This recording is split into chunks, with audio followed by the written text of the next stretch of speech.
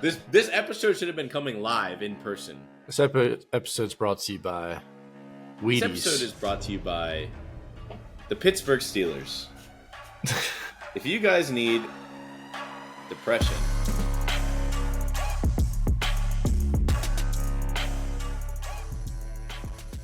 all right, let's go. What is up, everybody? Welcome back. Happy holidays. The holiday season Thanksgiving. is in full effect. We got Thanksgiving tomorrow, but welcome back to Morningwood. This is a sports show hosted by two idiots. We are those two idiots. I'm Matthew, and I'm joined with always my good friend Jason.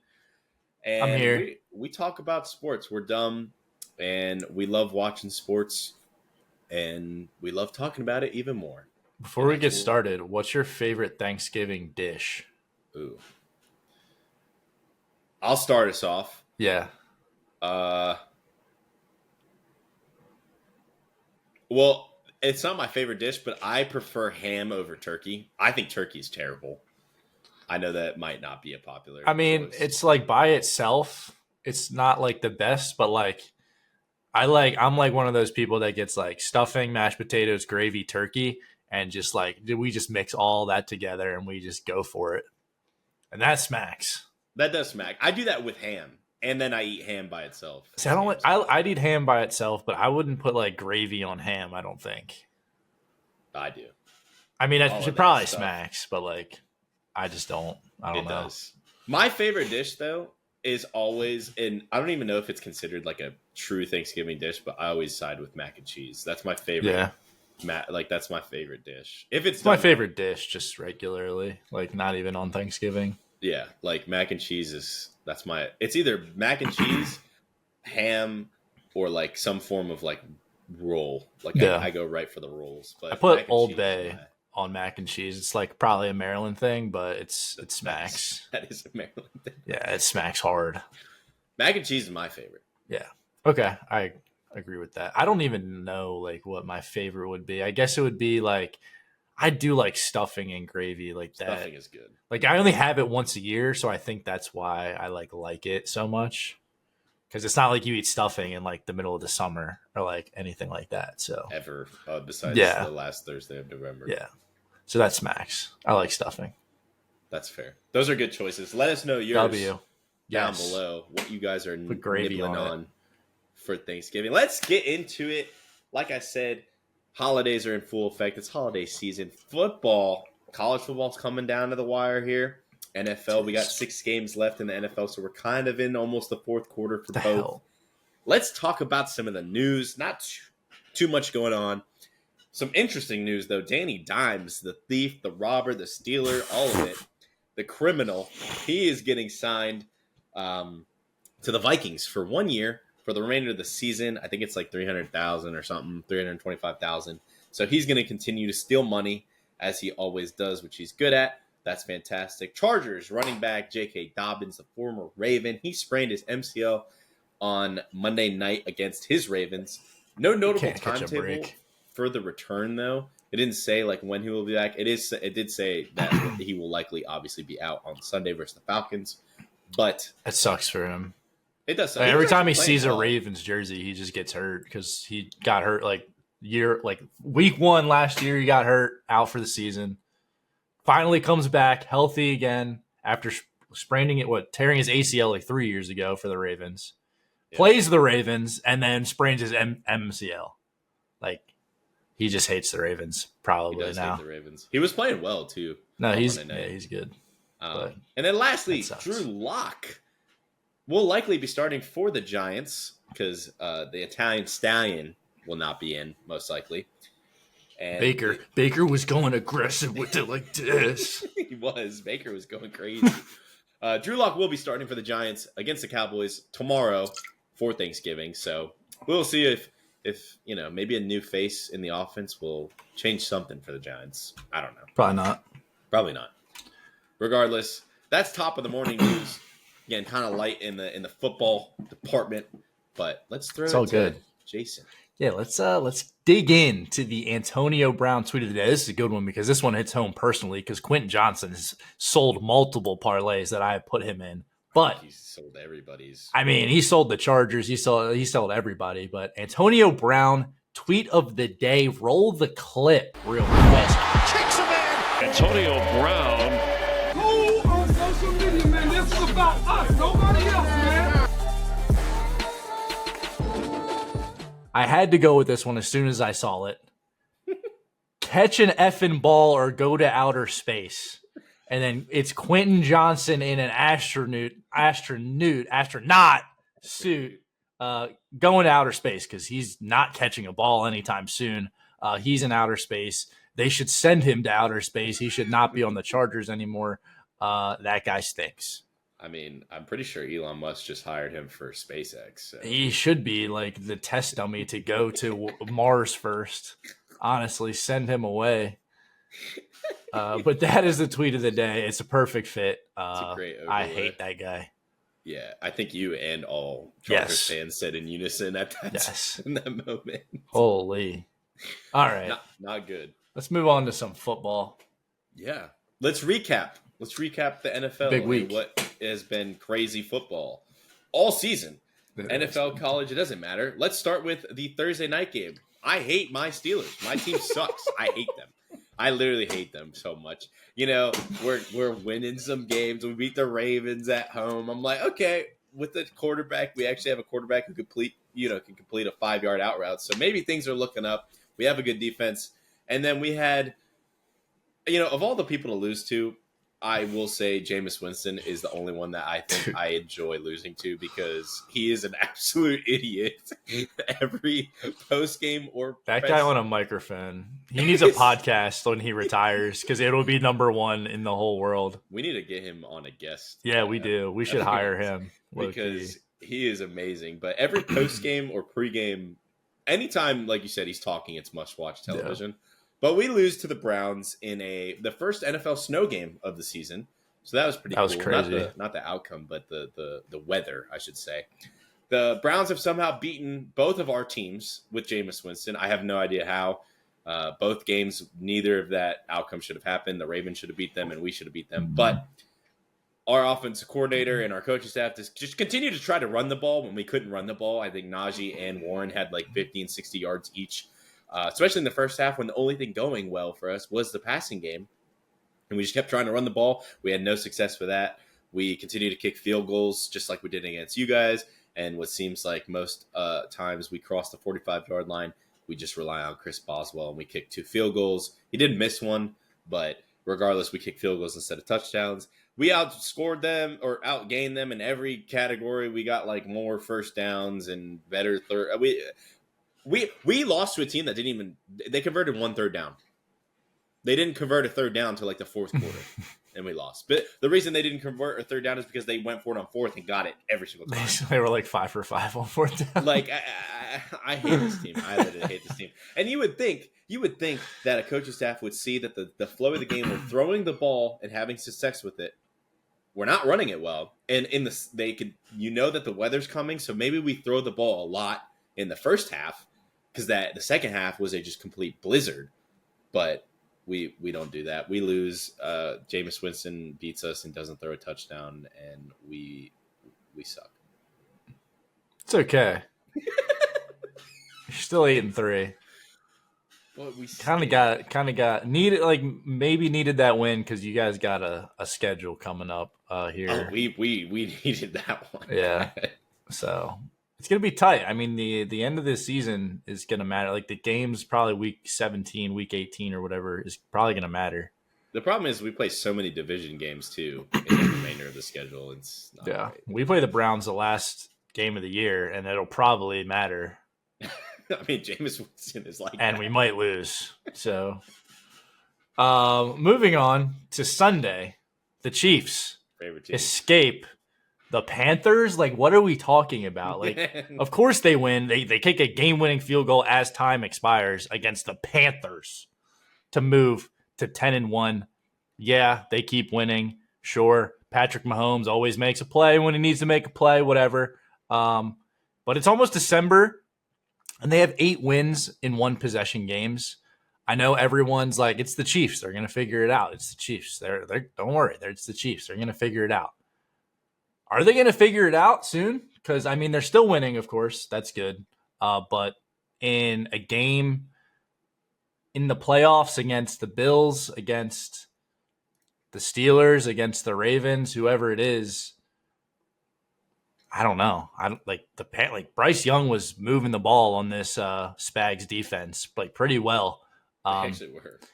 I'll give credit to the Panthers. They played a good game, but I don't know. The Chiefs at 10-1. Are you happy as a Chiefs fan? Like, I don't know if you're satisfied right now as a Chiefs fan. They just they don't look good. Like they don't look good. At least offensively. I did see a play where Mahomes had a wide open touchdown to Kelsey, and he did a stupid no look pass, and he threw it into like the third row. It looked like, and Kelsey was just like, "Dude, what are you doing? Just throw the damn ball? Like, just stop being." I don't know. He's not playing well at all. I think they get Pacheco back here in the next couple weeks, but I think they get him back next week, like this week coming up. Yeah. That's huge, obviously. That's big for them. I mean, Kareem Hunt's been fine for them. It's like, I don't know if that's the answer to their problems. Yeah, this was a weird game because their defense didn't play as good as it has all year at all, obviously. Yeah. So that was interesting to see. But it's kind of weird when you play an NFC team, that you haven't played in 4 years, so it's hard to kind of, you don't really know too much about them. But they just don't look, I don't know. We all know that they're a different playoff team, so we'll see. They're already guaranteed for the playoffs, so we'll see if they kind of fix it up. But let's talk about a team who's not making playoffs, baby. Your favorite team, the Bears. What happened? Every week. I love that. I still got to make a video because I said it. I said that they would win 2 games the rest of the year. Now they haven't done that. They've lost 5 in a row, which is hilarious to me. But I love it. And the only reason is because, again, the Bears fans, y'all needed to relax. Y'all were 4-2, and you guys thought that you guys had the next you guys thought you guys were the Commanders. You guys aren't. I know the Commanders aren't looking good, but you guys aren't that. I know this was a close game, but it really shouldn't have been. If they didn't get the onside kick, this game really wouldn't have been that close. But I will say the game as a whole, though, I got to see a lot of it on Red Zone. But this was a great game as far as division game. It was very back and forth. Both quarterbacks played well. Darnold finally had a game where he looked like he, remembered how to play quarterback. And obviously Caleb Williams has been playing fairly well all season as a rookie. He had a decent game against a good Minnesota defense, but he didn't pull out the victory. The Bears get another blocked field goal in this game. Not to lose it, but it was a huge factor in it. That's now they've had 3 close games that have lost by the blocked field goal, the Hail Mary, and then they lose this, which, again, it wasn't by a blocked field goal, but it had a huge implication on the result of this game. So as a Bears fan, you've lost 5 in a row. 3 of those games have been like a flip of the coin, random thing happening where you should have been on the winning end, but you're not. And I remember a specific play from this game. I think it was the first drive in overtime. The Bears got the ball first, could have went down and scored. But Caleb Williams, I think it was like 2nd down, 2nd and 10, and he holds the ball for, it's got to be 12 seconds he's holding onto this football. And he takes like an 8-yard sack and just gives up field position. They're going to punt the ball away, and the Vikings go down, kick the game-winning field goal, and win the game. Like, the game is like on Caleb. That game's on Caleb Williams. Yeah, a lot of the highlights that I've seen of him throughout the season, like, obviously it's muscle memory, but a lot of stuff he tries to get away with that he did in college, it just doesn't work. The only ones that can really do it are like the just stupid athletic, like Lamar, a Jaden Daniels, or even like a Allen who's strong enough to like throw some guys off. But like some of the stuff that I've seen that Caleb Williams tries to get away with that he did at USC is just not going to work. That was one of them. Unfortunately, like I said, the Bears, they lose 5 in a row.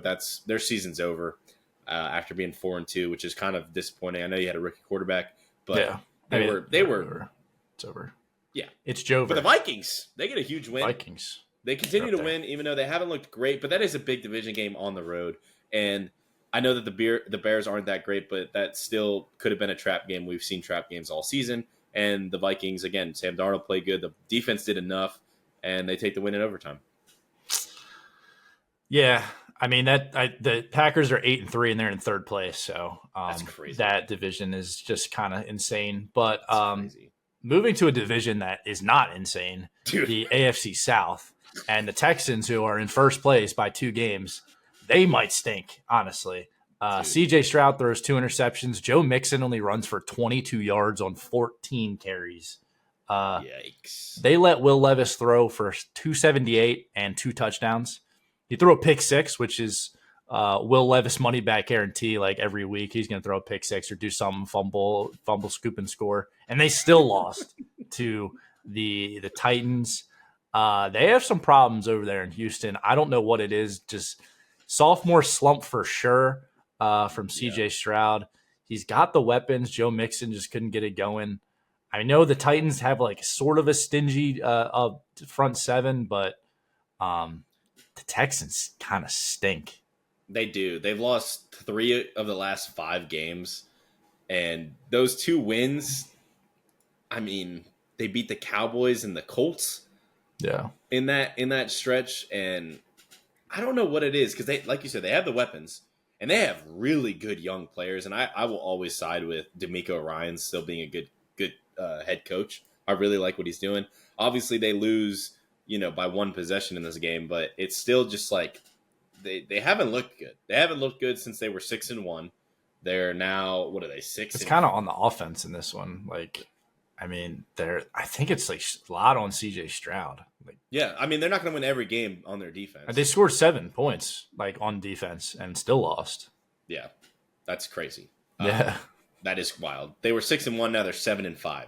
That's and they're still 2 games ahead of they're in first place in the division. Yeah, they're really lucky that the Titans didn't pan out to what they should have been this year, and the Colts have been rocky, and the Jags are just a dumpster fire. So yeah, they're going to make the playoffs. Probably they're going to win the division. They're going to get bounced first round if they keep this up. They need to wake up. Sure. They have too many good. It's like the 49ers almost. They have way too many good players. Yeah, I know they're younger. They're way younger, and they got a lot of time to really gel as a team. But they're way too talented and have too good of a coaching staff to be losing like this. But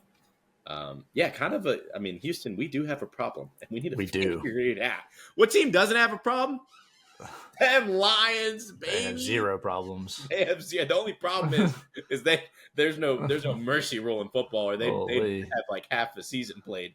The Lions are a wagon, and this was just a Dan Campbell classic. They rushed for 300 yards, and in my notes I have hashtag on to the next, because I don't really need to talk much about the Lions. They destroyed the Colts. They beat a rookie quarterback. Good coaches will do that, and I love this team. Yeah, they just kind of grinded the Colts out. The Colts scored 6 points. They didn't have like a insanely amazing offensive day, but they did rush for over 300 yards, just killed the clock, and just said, we're just going to play good defense and just kill this clock and then get out of here with a dub. That's, again, a Dan Campbell classic. I mean, that's nice. I like it. They didn't score a point in the second half. They're so good at a halftime. Every time I watch the post game locker room conference with him, I'm just like, this team's winning a Super Bowl, bro. I predicted that just as like a fun, like, oh, it'd be cool to see the Lions. But as the years progressed, this team, I don't know if there's a team that's beaten them. Like, they're just so. I think if they don't win the Super Bowl, it's like a failure kind of a season. I think it'd be shocking if they don't. If they don't at least make it there. Yeah, it's tough to win, obviously, in the NFL playoffs, but this team is just, and also the people laughing about the Jahmyr Gibbs draft and them taking 2 running backs. I don't know how many people are laughing now, but those two are just stud. Those 2 are just. This team is really good. He is a dog. They're good at football. If you don't like the Lions, it's hard to be like a fan. Like, it's hard. It's a good team when you're like a fan of them and they just beat everyone. I don't know if it's different for like NFC teams. Like, obviously we're both AFC fans, so we can like hop on like the Lions, but like it's like easy to root for them to be good and they're just beating everyone. So it's like weird. Honestly, like I would understand if you're like a Packers or a Bears. Yeah, like in the division, like I get it. But even so, like, I don't know, something about this line. I think it's just because they haven't won a playoff. They've sucked for so long. They've won 1 playoff game in like 60 years. And Barry Sanders is the reason for it, I think. So good Lord have mercy. Just give them a bowl. Who cares? The Bucks get a big time win against the Giants. I know the Giants suck, but the Bucks, they got Mike Evans back. They did. They're good. They're probably the best 5-6 football team in the NFL. Obviously they've been riddled with injuries. Baker Mayfield's just trying to put the team on his back. They got a good, we are still a good football team win here. 30-6, I believe, was the score. Defense played well. The Bucks run 4 touchdowns in. Baker has a touchdown. All 3 running backs have a rushing touchdown. Bucks are good. They're not a team that you want to play. And if the Falcons kind of slip up a little bit, you never know. They could win that division still if they win 5 of the last 6 games. Yeah, I mean, I personally think the Bucks are the best team in the division. They lost those 4-game stretch they lost to. They lost one by more than one possession. They lost to the 49ers by 3. They lost to the Chiefs by 6. They lost to the Falcons with nobody by 5. This team should not be 5-6. And I know that even with the injuries, they've proven that they should. They're a good football team. The Giants, I mean, this defense shut out. I mean, I know the Giants weren't great, but the Giants scored a touchdown in the 4th quarter of this game. Yeah, which, I mean, mattered. It really didn't even matter. This defense played really well. I think, we've talked about it all year, but Baker Mayfield is much watched television. Yeah, he's a dog. I love watching that dude. Me too. The touchdown celebration too is amazing. But I personally think this is the best team in the division, and I like to see that if they get healthy, obviously they're going to miss Godwin, but if the defense, can do enough, I think Baker's just going to throw 3 touchdowns when it matters, and he's just going to think that he's gonna, so he's going to do it because he's a psycho. So yeah, I like that. I think Mike Evans is also on pace to break the record for most consecutive 1,000 yard seasons. I think it's 13 or 14 in a row. It's crazy, something like that. Yeah. Shout out to the Bucks. I love watching them. They're kind of like the Lions. I just love watching them. I don't know what it is, but let's move on. The Commanders. I asked you last week if they needed to be worried. We said no. We kind of were like, maybe not. I think it's time to be worried. They've lost 3 straight, and that's including to the 4-7 Dallas Cowboys at home on Sunday. This is the second game in 3 weeks that they've lost a game that they should have won. I think they should have won this game. They should have beat us, and they didn't. They had the Eagles in that mix, which they kind of got routed a little bit at the end there. But the special teams collapse in this one was horrible. They let up a kick return. And not only was it a kick return, it was a fumbled kick return where the dude took the ball out at the goal line, and they had multiple guys there to make a tackle, and they didn't. And then not only that, they shouldn't have even been in this game, but they crawl back into it. They go down, get a Terry McLaurin Make-A-Wish Foundation touchdown. It's game on the line. There's 18 Dallas Cowboy defenders around him, and the only spot that this ball lands is where he is. He then makes a move and gets a last-second touchdown, and then this idiot kicker comes out and misses an extra point to lose. I think they would have won this game with the momentum going into if it goes into overtime, but they don't. They lose now 3 in a row, and I don't know. It's weird. They're good. They are a good team, but they are losing, and they haven't beaten really anybody good. I don't know what to make of them. I know they're young. They're way ahead of schedule. So this is just this season. The defense is a little suspect right now. I mean, I know that they scored on a kickoff or whatever, but letting Cooper rush and no running backs score 20 plus points on you. I don't know. You can't do that. Yeah. So. This was, I know Daniels threw 2 interceptions. He did also have 2 touchdowns. Yeah. But this just looked like a game that was we're playing a terrible team at home, and they just looked like they were underprepared and didn't really. It was one of those where you come out lackadaisical, and then you look up in the 3rd quarter and you're like, oh damn, we need to wake up a little bit. Yeah. They do. Sorry, go ahead.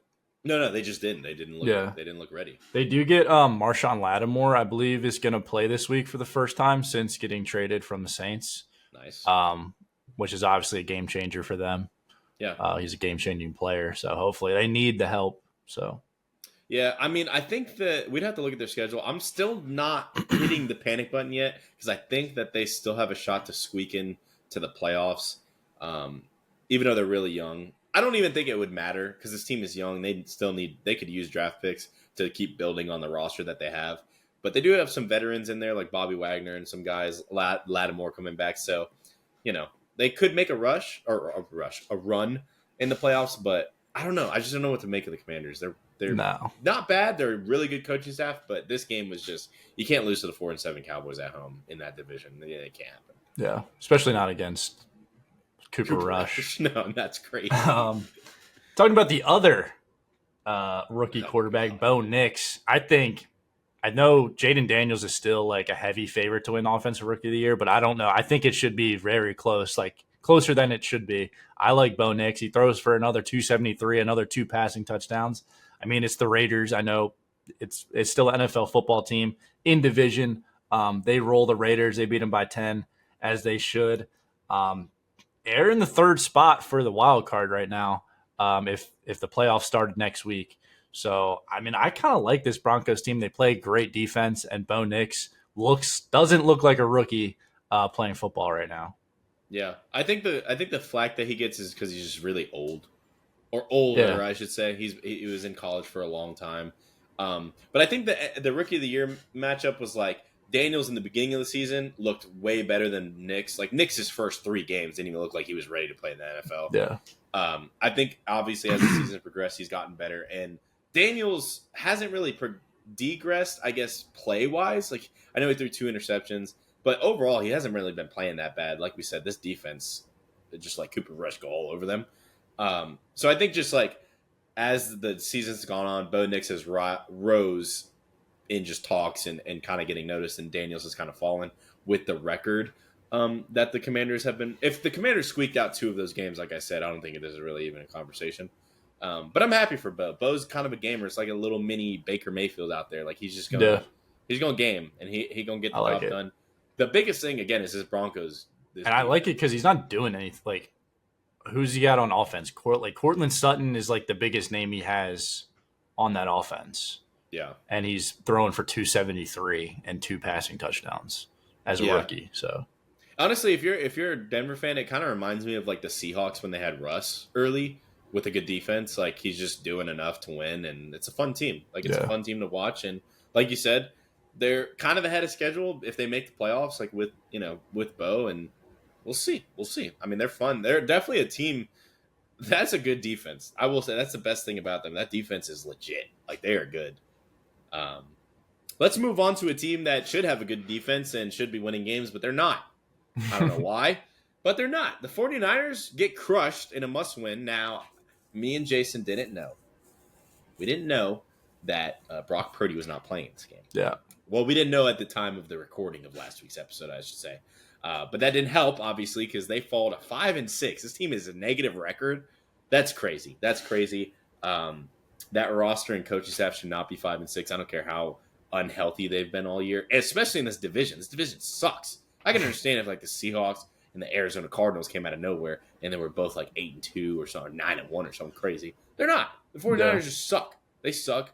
I don't know what it is. It seems like a lot of the problems have been like with the coaching staff and the team not gelling. I've seen a lot of breakdown on like TikTok and Twitter and stuff about like not changing protection a lot of the time. Kyle Shanahan's been stubborn on that. Obviously, they didn't have McCaffrey, but their run game hasn't been the biggest problem all season. They just are losing close games, or they're losing games that they shouldn't. They just got destroyed. I don't know. I don't know what to make of it. The Packers, though, I will say, give credit to where credit's due. They improved to 8-3. Josh Jacobs, my goodness, had a day and a half on the ground. 26 carries, 106 yards, 3 touchdowns. Big day for them. I think Love had a touchdown or maybe 2. I think he had 1. But the Packers, they're winning. They're the opposite of the 49ers. They're winning games that they should, and the 49ers are not doing that. This was kind of a must-win, I feel like. Not kind of. It really was. They're now 5-6. And I guess it's time to ask, are the 49ers dead? I mean, luckily, everyone in the NFC West doesn't know what they're doing. So, I mean, they're 1 game behind first place, like still. That's crazy. So, they're not dead, but they should be worried. I think they just need. like getting healthy. I guess they've been like it's been weird for them all season. They haven't been able to just put it together. I don't know. I mean, the Packers showed up and they put it on them like they should without their starting quarterback or whatever. But I forget who it was for the Packers, but he was asked about Brock Purdy being out. He was like, we won 3 games with our backup QB out. Like they're 3-0 with Jordan Love out. So like there are no excuses for the Packers or the 49ers. So I don't know. It's tough. It's definitely tough for them right now. I agree with that point. I really do. Like the 49ers should not be 5-6. I don't care how injured they've been. Yeah. Like, they should not be 5-6. Sticking in the division, like I said, no one wants to win the NFC West. The Seahawks beat the Cardinals 16-6. A huge 69-yard pick six from the Seahawks kind of gets them past the Cardinals. Kind of felt like an AFC North division game, like 16-6. And that, what is this? Like, what is going on? The defense are flying around, making plays. Like a weird looking score.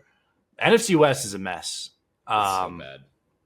I don't even know what's going to happen. I know the worst thing for the 49ers, I think they're like 1-3 or 1-4 in division. Yeah, that's bad. So they really have to just start winning out if they want to get into the playoffs. Yeah, that's not a good look for the 49ers. Yeah, this game was weird. Like you said, it was very strange. Kyler Murray didn't have a great game. Through one pick. Like no one could get the running game going. I think they had like a combined like 100 yards rushing in the entire game, and it was just weird. I don't know. I mean, the rushing leader was Benson for the Cardinals, and he ran for 18 yards. Nice, yeah, nice. And for Seattle, it was Kenneth Walker who had 40 yards on 16 carries. Yeah, there you go. So yeah, talking about a defensive game, like you said, very weird game.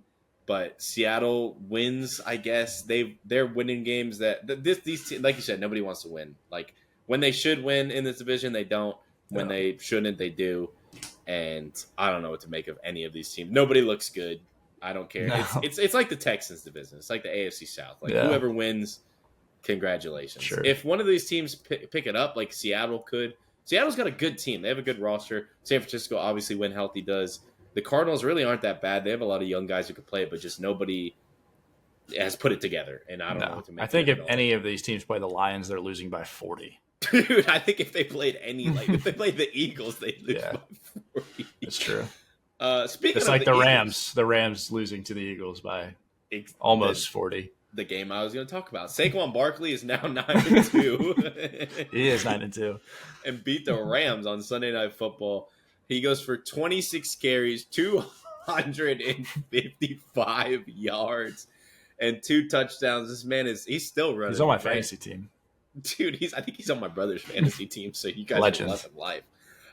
In the last 6 games, just to give y'all some context, if you haven't been watching the Eagles, he has 132 carries. He has 910 yards in those 6 games and is averaging 151.6 yards per game, has 7 total touchdowns. That's 1 game shy of the record or the stretch of wins they've had. I think they've won 7 in a row. In the last 6, he's averaging 151 yards a game. The Eagles are flying. Fly, Eagles, fly. And they are flying. And I have in my notes here, just as we were talking about the NFC West, I have in quotes, I am sick of the NFC West. I picked the Rams to win this game at home because I have no idea what team is going to show up and be like, well, the division sucks. Let's take a hold of it. Nobody wants to do that. So the Eagles fly into town, and Saquon Barkley is a freak show. He is. You know? And is easily still my pick for offseason acquisition of the year. Oh, yeah, guaranteed. I'm not even joking. Just because I think like Baltimore would still be good without Derrick Henry because they've shown that. Yeah. I truly think that I hate Nick Sirianni this much that I think if Saquon wasn't on his team, they would not be winning. Like, I'm not even joking. No, they'd be like 6-4. Like they'd still be winning, and they'd probably still make the playoffs, 5. But they'd not be 9-2. No, I agree with that. Saquon is a freak show. Like, shout out to him. He's insane. I love that he's on a team that's winning too. Like, he deserves it. Like, he just runs so hard. Like, he could score on any play. Like, obviously he showed that against the Rams, but Like the way he runs, like he like barely gets tripped up for like 7-yard gains, and it's like he could have taken that to the house easily. He had It's like every 9.8 play. yards per carry Yeah. that game. But like you said, like a little seam, it just seems like as soon as he sees it, it's a touchdown. Yeah, Like it's insane. It's crazy how fast he gets to his top speed. Like as soon as he finds a hole or a gap, Yeah, it's all he needs is like a couple blocks, and it's like this could be a touchdown. The Eagles play my Ravens next week, so let's talk about them. The Ravens get a must-win on Monday Night Football in the Horrible. Obviously, if we fall to 7-5 right there, like it's a long road ahead of us, but we get the win. Lamar didn't play his best game, but he accounted for 3 touchdowns, 2 passing, ran 1 in. Ravens secondary is finally starting to not play like the worst secondary in the NFL. They couldn't have played any worse through this first 7 weeks, so they only had room for improvement. Held Herbert to 218 yards. They had 83 total rushing yards in the game. They were trailing. The Chargers were trailing for most of the second half. I think all of the second half, actually. And must win for the Ravens. They got it done on the road in LA on prime time. Got to have it. Had it. Didn't shoot ourselves in the foot. Played better football. So I'm not happy, but like we won a game that we should. Congrats. Let's go beat the Eagles now. Yeah, I wasn't like I tweeted about this too. Like it was weird. I wasn't like, not that you guys won like ugly, but I wasn't like super impressed with anything besides like obviously Henry had a really good game, which is obviously really good against that Chargers defense. I will say the one thing that just watching this as like not rooting for either team, the plays that were being made by both quarterbacks in the pocket on extending some of these plays and making some throws. Like Herbert had some throws in this game that were like, I just love watching him play. But both quarterbacks in the pocket, like extending the play and making some throws happen, it was really fun to watch. I think the Chargers kind of did what you guys did, and that's shoot themselves in the foot. They had so many offensive line penalties on plays where Herbert was extending the play, and they kept shooting themselves in the foot. The one thing I will critique about Herbert was on 2 third downs in scoring position, there was 2 plays where he had a pretty clean pocket, which he didn't really have all night. And he got the ball out really quick, and it was either like an overthrow out of bounds or something, or like a short of the sticks. And it was really strange because he had clean pockets on third down. It was 2 third down. It was like a 3rd and 6 and a 3rd and something. And he just didn't. The offensive play call and him it looked really strange on 2 plays where he had a clean pocket to work with, which was really weird. But a couple of things that didn't go their way, I think, could have altered the game. Like that pass interference late in that game I don't remember his name, but the wide receiver, I think his number's 5 for the Chargers. Joshua Palmer.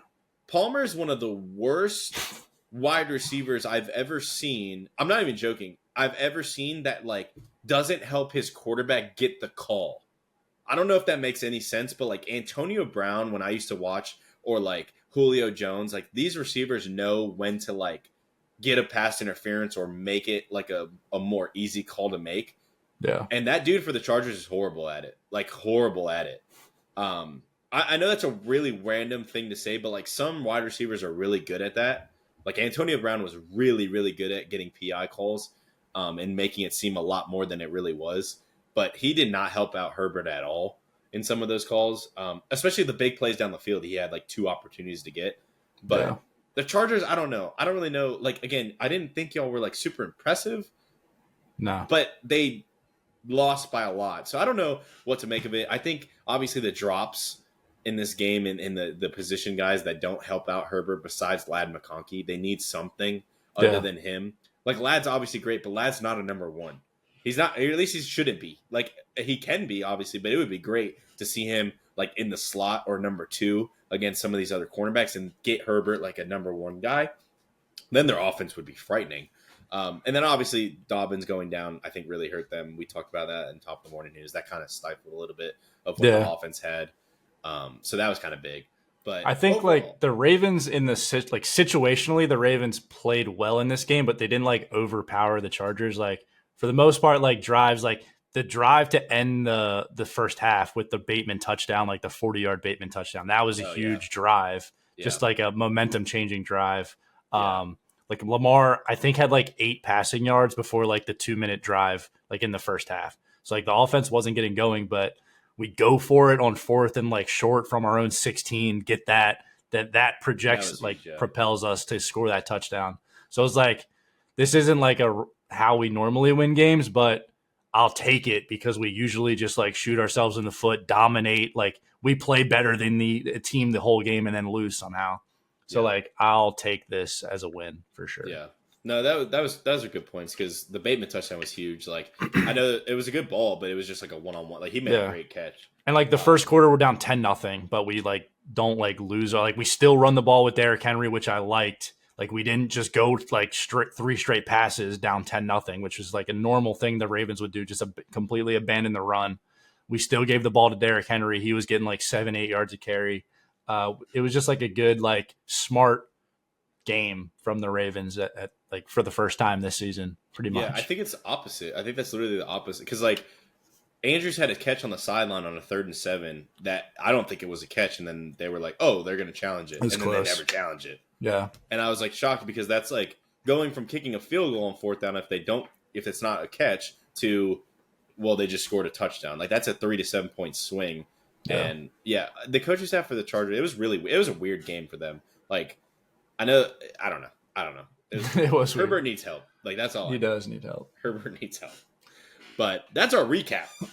That is our recap of the NFL. Let's get into let's go over our picks from I did really week. well. Yeah. This was great. This is really great. Yeah. Let's start it with my Steelers. I picked them. I think you picked them as well. I did. We bet on them. We did. And all 3 of those things didn't happen. So let's move on. Let's get them out of the way. We picked the Chiefs. They win. Yeah. Congratulations. They beat the Panthers by 3. And then did we both have Minnesota? Yep. Okay, so we start off 3-0. How about that? Well, 2-1. Or 2-1. Right, that's right. And then we both had the Texans, I'm assuming. I did, yes. So we're both 2-2 at this point. We're stupid. Lions, both 3-2 at this point. Wagon. I had the Dolphins in this one. I think you picked the Patriots, right? I have I picked the Dolphins. Okay, I remember. We picked against the spread, I think. Yeah, we picked the Patriots cover, but nice. Moving on, I think we both have the Bucks in this one. Yeah, obviously, rightfully so. I think we both then thought the Washington Commanders would win at home against a shit Dallas team, but they didn't do that. Yep. And then I think we both picked the Broncos on the road. So 2 of those things happened. Yep. That's great. That is great. I had the 49ers in this one. They lost, obviously. I picked the San Francisco 49ers on as well. Nice. I think. We both picked them without knowing that Brock Purdy was not playing in this game. Right. So that's unfortunate. And then I picked the Seahawks at home against the Cardinals. I did too, which I said I was never going to do again. And I did, thank God. And then I picked the Eagles because you picked the Rams. I was just going the opposite of what you were taking. And then I had the Ravens beating the Chargers. Yeah, so I did not have a good week. I went 7-6 because the Rams don't want to win at home. They'll win on the road against Minnesota, but they won't win at home. And then the Chargers, they just I don't know what they're doing on Monday night. It's fine. Yeah, so that makes me. I'm at 7-6 for the week. Jason went 9-4. That makes it a two point 2-game lead here. 2-game lead. I'm at 104 in 61, and he's at 102 in 63. It's pretty dang close, if I do say so myself. It's very close, and we got a big game. Or a big week ahead. No buys this week because it's Thursday. Thanksgiving games. We got a Black Friday game. We got Monday Night Football. No one's on a buy this week. Sunday, Monday. We got 16 games. This is good. This is a big week. It's a big week. Let's get it started. Let's talk about the Thursday Thanksgiving. Who's feasting? Let's start with the Bears. Losing 5 in a row. They go to the best team maybe ever in the NFL. My goodness. They go to Detroit. I'm going to make it quick. You're going to make it quick. We're both taking the Lions in this one. Yep. And then let's do the next 2 Thanksgiving games. We got a weird one, a division game. Drew Lock plays Cooper Rush. Yeah. That means this is my nap game. I'm going to eat a lot. Yeah. And I'm going to Yeah, take a nap. I like that. I'm going to go off of you because I have no idea. I'm picking the Cowboys at home because, like, I guess they're coming off a win against the Commanders. Like, maybe they get some motivation from the boys. Drew Lock is starting for the Giants, like, first time starting this season. Not looking good. Cowboys at home seems like it makes sense-ish. But I wouldn't be surprised if they lost somehow. I don't know.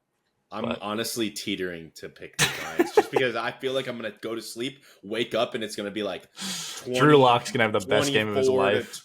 It's going to be like 24-17, and the Giants are going to be up for no reason. I'm going to be like, wow, this is crazy. I'm not going to do that, though. I'm going to be smart. I'm not going to pick with emotion. I'm going to go with Dallas, who I think has a better team than the Giants at home. It's Thanksgiving, and they play every year. Yeah. Good Lord, just win a game, please. And then... the last game. This is kind of a weird game. It feels like these teams never play each other. Like, I don't even know. The Dolphins go to Green Bay. I'm going to pick Green Bay because I think it's supposed to be cold. The weather's not supposed to be great.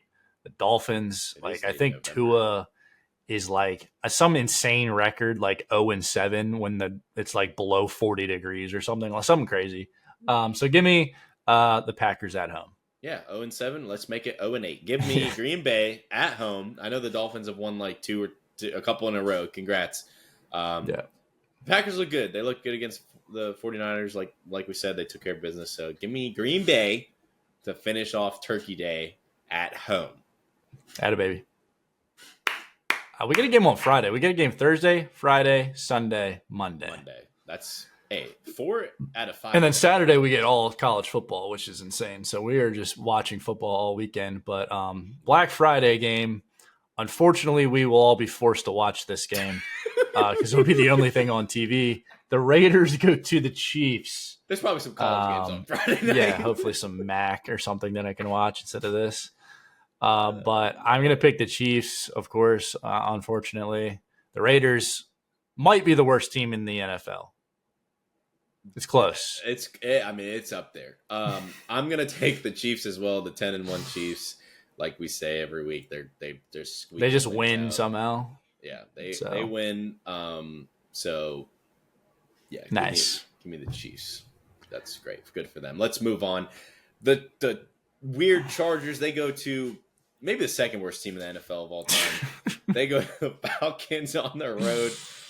The Falcons, I think are they coming off a bye week? Yeah, they didn't play now. Yeah, so I'm taking the Chargers. I don't care. I hate the Falcons. So give me the Chargers in a bounce back win. Maybe they pull their head out of their butt and figure it out a little bit. Yeah, I don't know what I want to do here. Yeah, you do. You do. I do, but I don't. I think J.K. Dobbins not playing is big for the Chargers. And the Falcons have a bye week.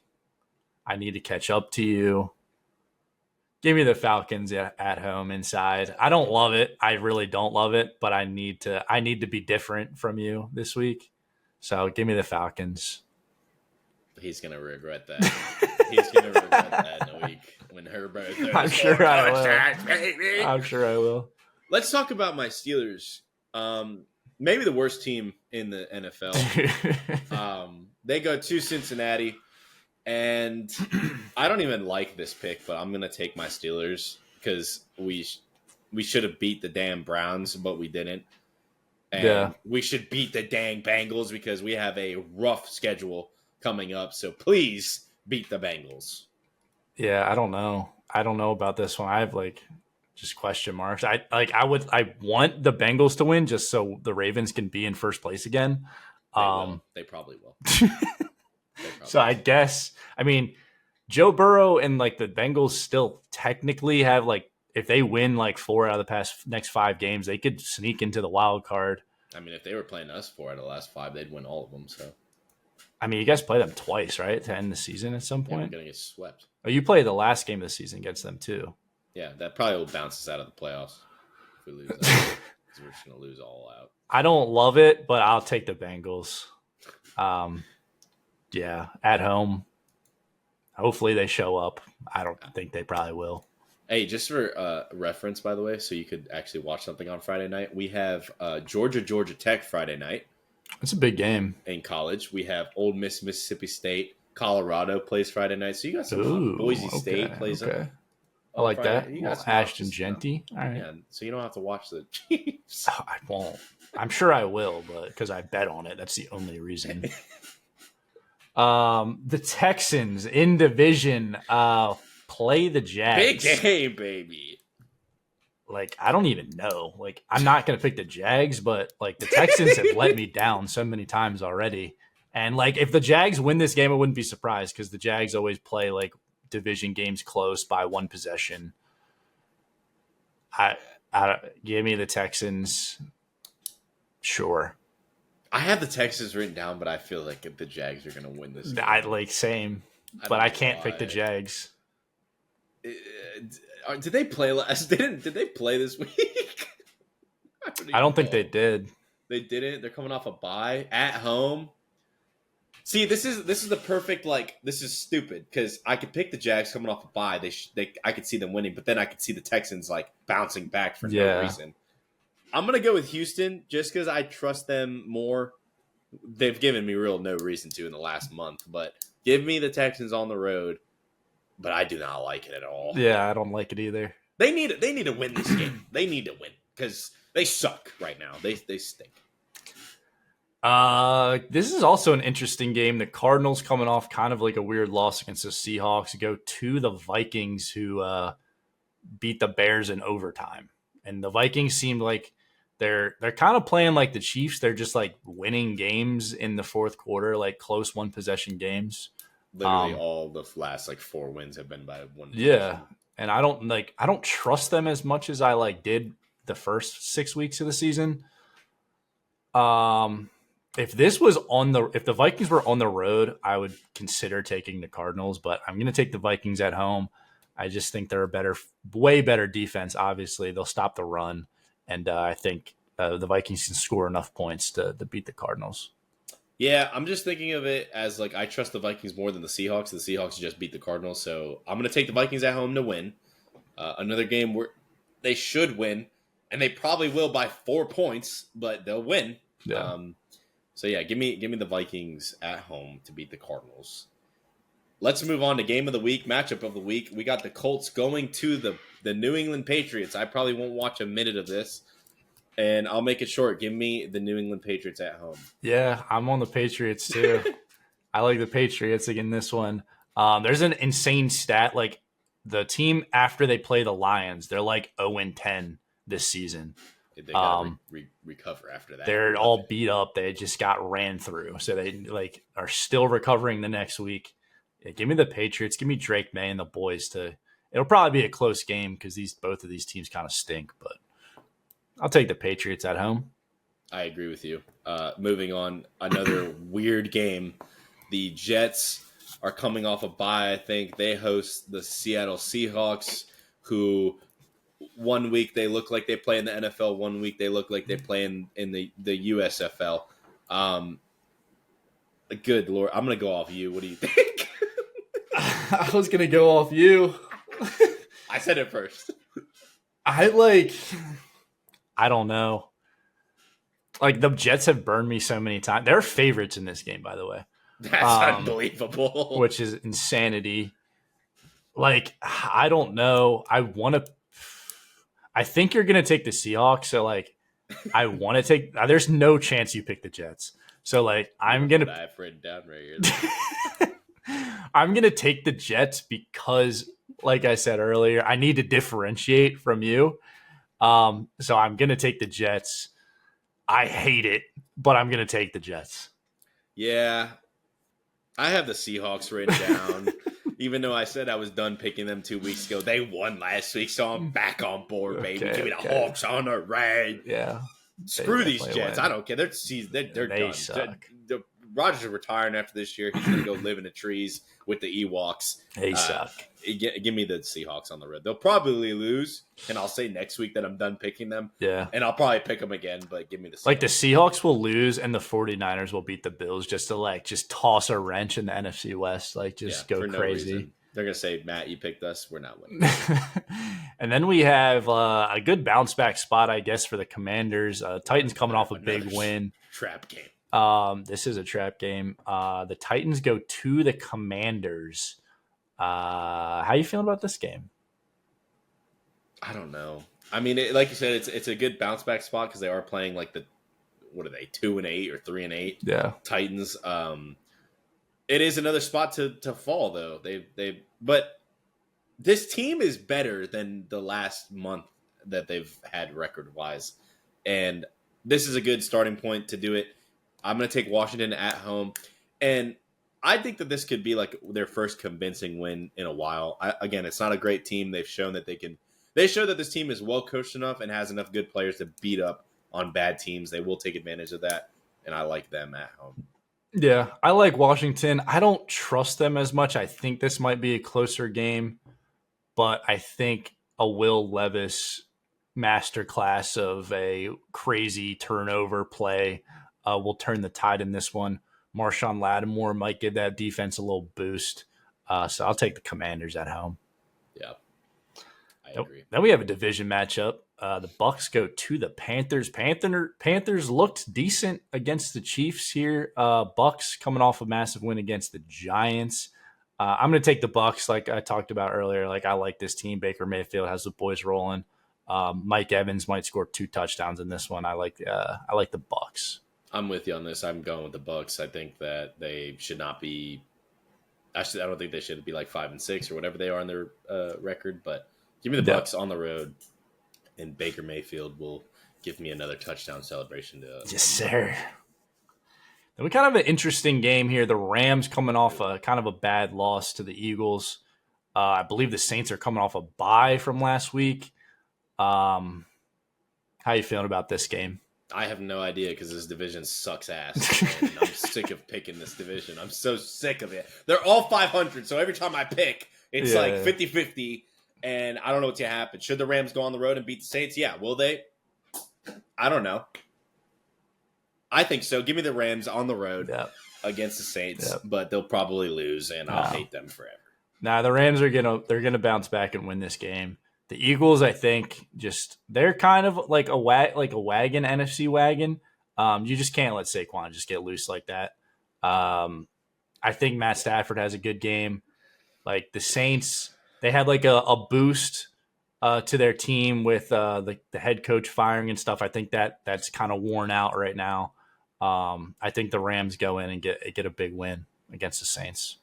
I agree. Next game is our matchup of the week for what would have been the third week in a row. The Ravens are appearing on our matchup of the week, so we will pick that after we break it down in a little bit. Battle of the Birds, though, that's a great game. So let's move on. Let's skip that and come back to it. We will talk about, like we said, the 49ers. They travel to Buffalo. The weather's getting a little cold. Is it going to snow in Buffalo? It might be. It might be second snow game of the year. I don't know how I feel about this. I don't know. Who do you have? I don't know. Is Brock Purdy going to play this week? Is Trent Williams going to play this week? Oh, they better. They're going to need him against the Bills.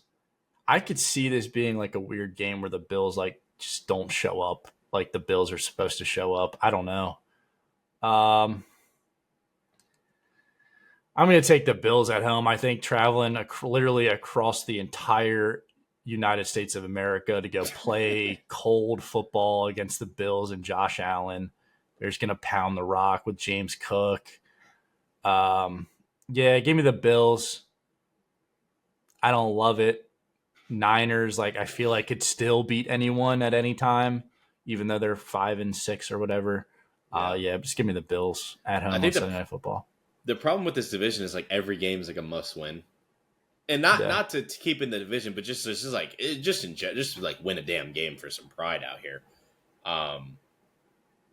I could see it going either way too. I don't know. Like I feel like Sunday night I'm gonna be texting you like what is happening, like I always do, and I'm gonna go with Buffalo at home, but I don't like it either. I just trust they're a better team right now. They're playing better. But like you said, like this could be a Brock Purdy 3 touchdown for no reason. The defense finally shows up and they beat the Phillies for no reason. But I'm just going off of who I trust more. Yeah, I agree. Then moving to Monday night, last game, the Browns go to Denver, play the Broncos. I'm going to take the Broncos here. Jameis Winston scares me. He can beat anyone anytime with some with some magic. But I like this Denver defense a lot. And I don't know. It's not a division game, so the Browns will probably lose. I genuinely think this Browns team with this 2024 Jameis Winston could beat any team that's ever been good in that. Like that, if you put them up against the 07 Patriots, the 76 Steelers, anybody, they're probably gonna win. I'm taking Denver at home, but I am terrified because Jameis Winston's a witch because.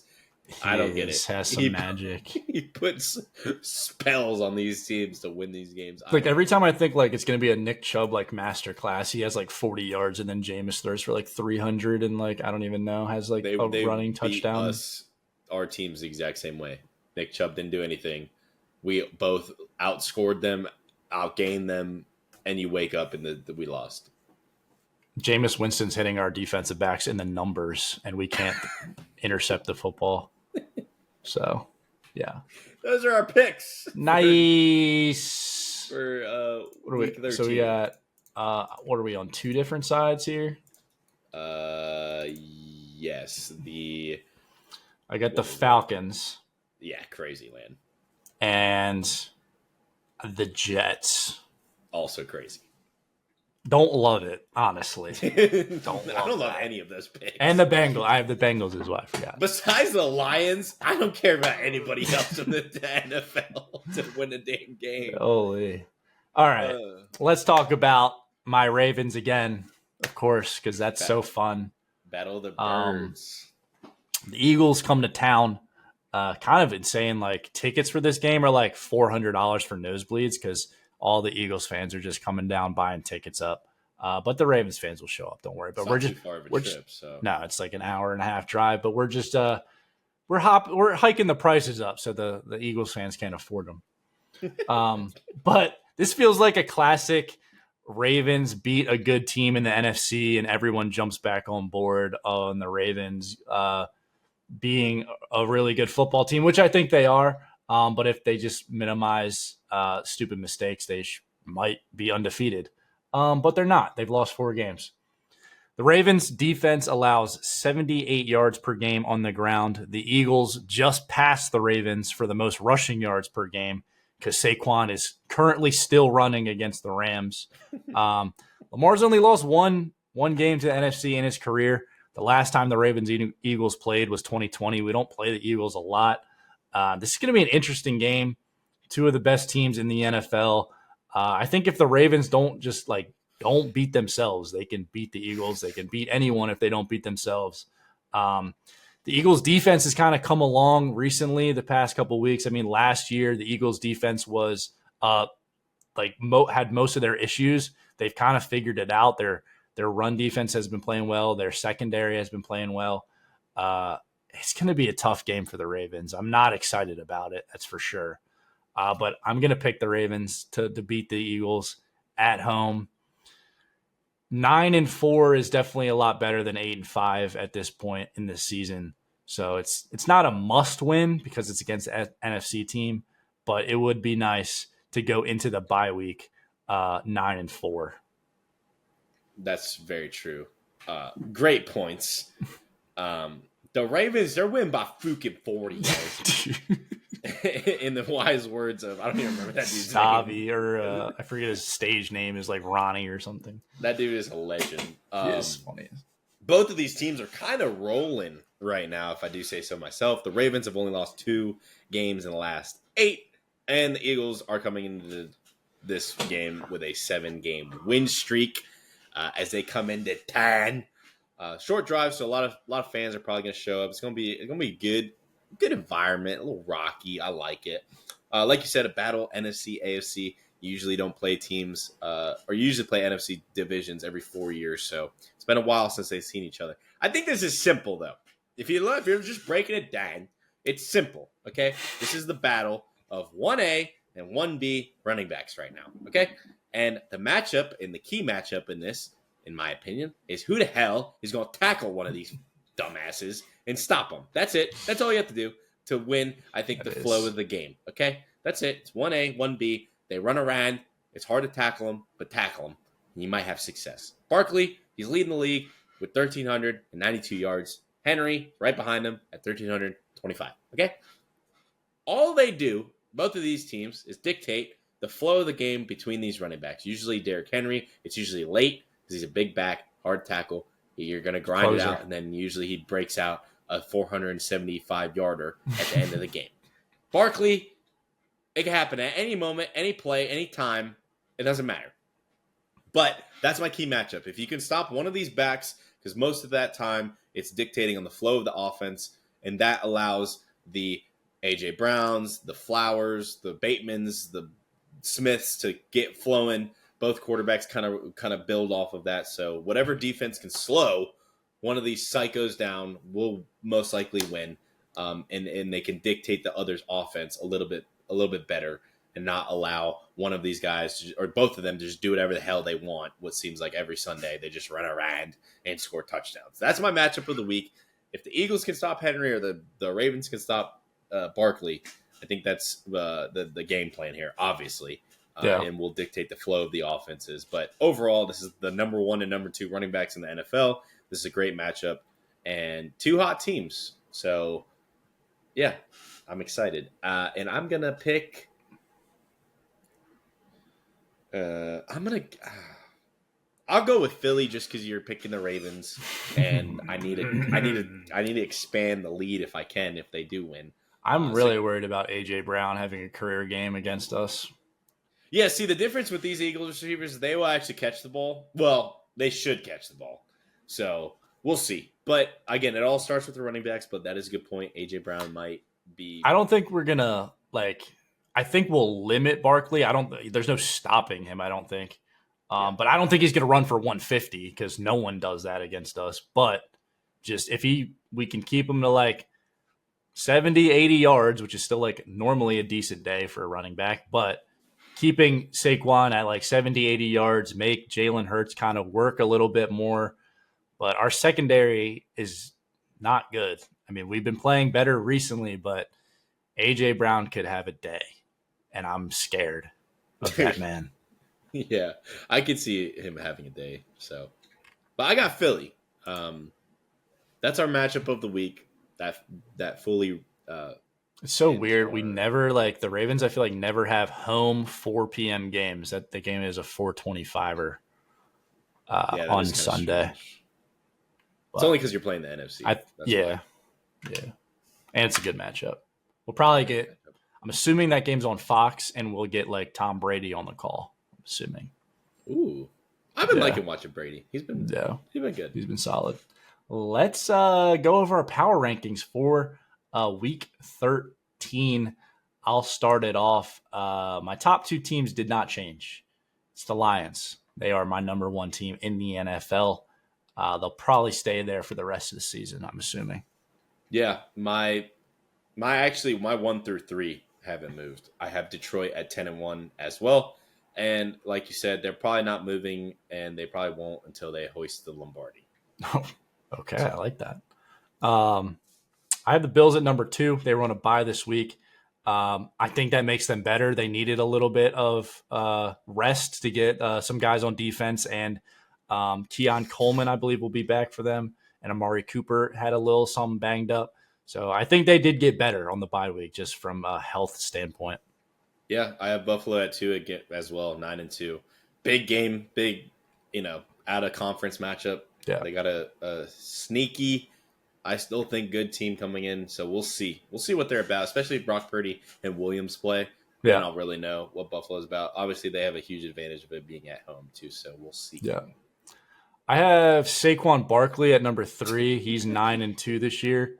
But no, the Eagles at 3. They've been playing well. Their defense is definitely a reason why I have them up there. They've been playing really well. I like the Eagles team.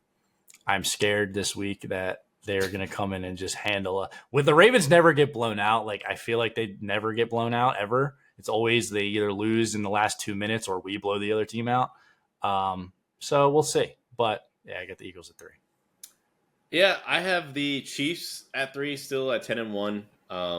Team sucks. I don't think I'm gonna ever, just because I still think they have the best head coach in football, and at the moment, to this day, still the best quarterback when it comes to playoffs in the NFL. So they stay at number 3 for me, but man, they are not helping anything out with these one possession games that they're winning. Yeah, I have the Chiefs at 4. They should be at like 12, but they're there at 4. They beat the Panthers on a last-second field goal. Good job. Yeah, that's not good. My number 4 spot is the first move of the top 10 for me. I have Minnesota moving up 1 spot after their win against Chicago. I have them at 9-2. They're back in the 4 spot. And the reason I moved them up is, honestly, the only reason is because of how Sam Darnold played against a pretty damn good Bears defense on the road. He actually moved the ball well. He didn't force any dumb decisions. That's been his main thing the last month, is he's just making stupid decisions, trying to get the ball to his playmakers, but usually it results in double coverage, which leads to interceptions. But he didn't do that. And I still like their defense. I think just it's hard to judge a division game like that on the road. Yeah. So I'm not going to take too much out of it. So I got Minnesota at 4. I have your Steelers at number 5. Yeah, you're stupid.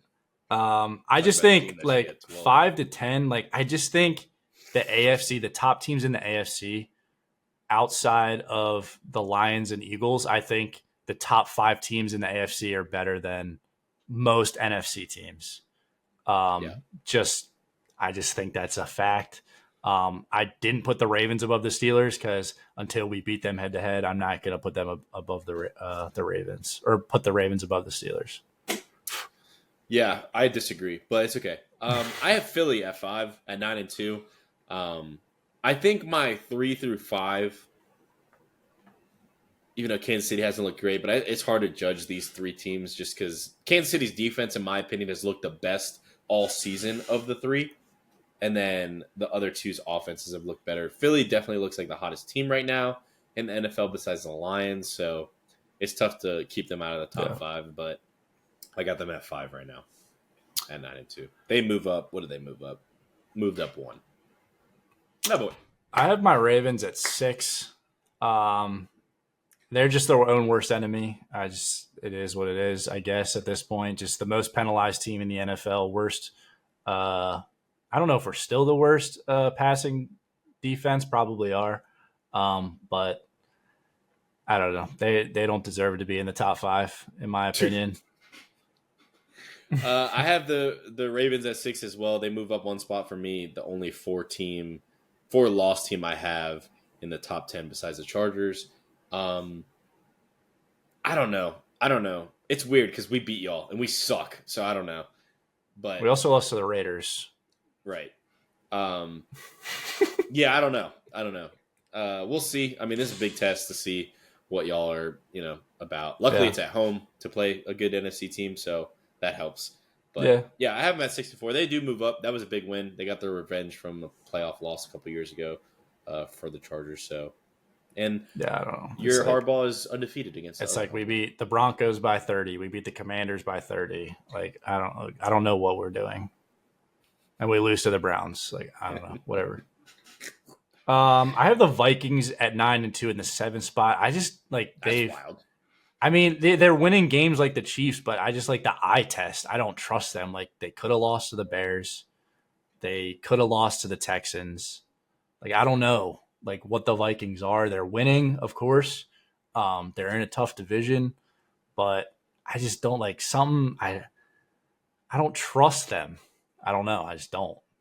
I think if they played like the Ravens or like the Bills, or the Chiefs, they just get ran.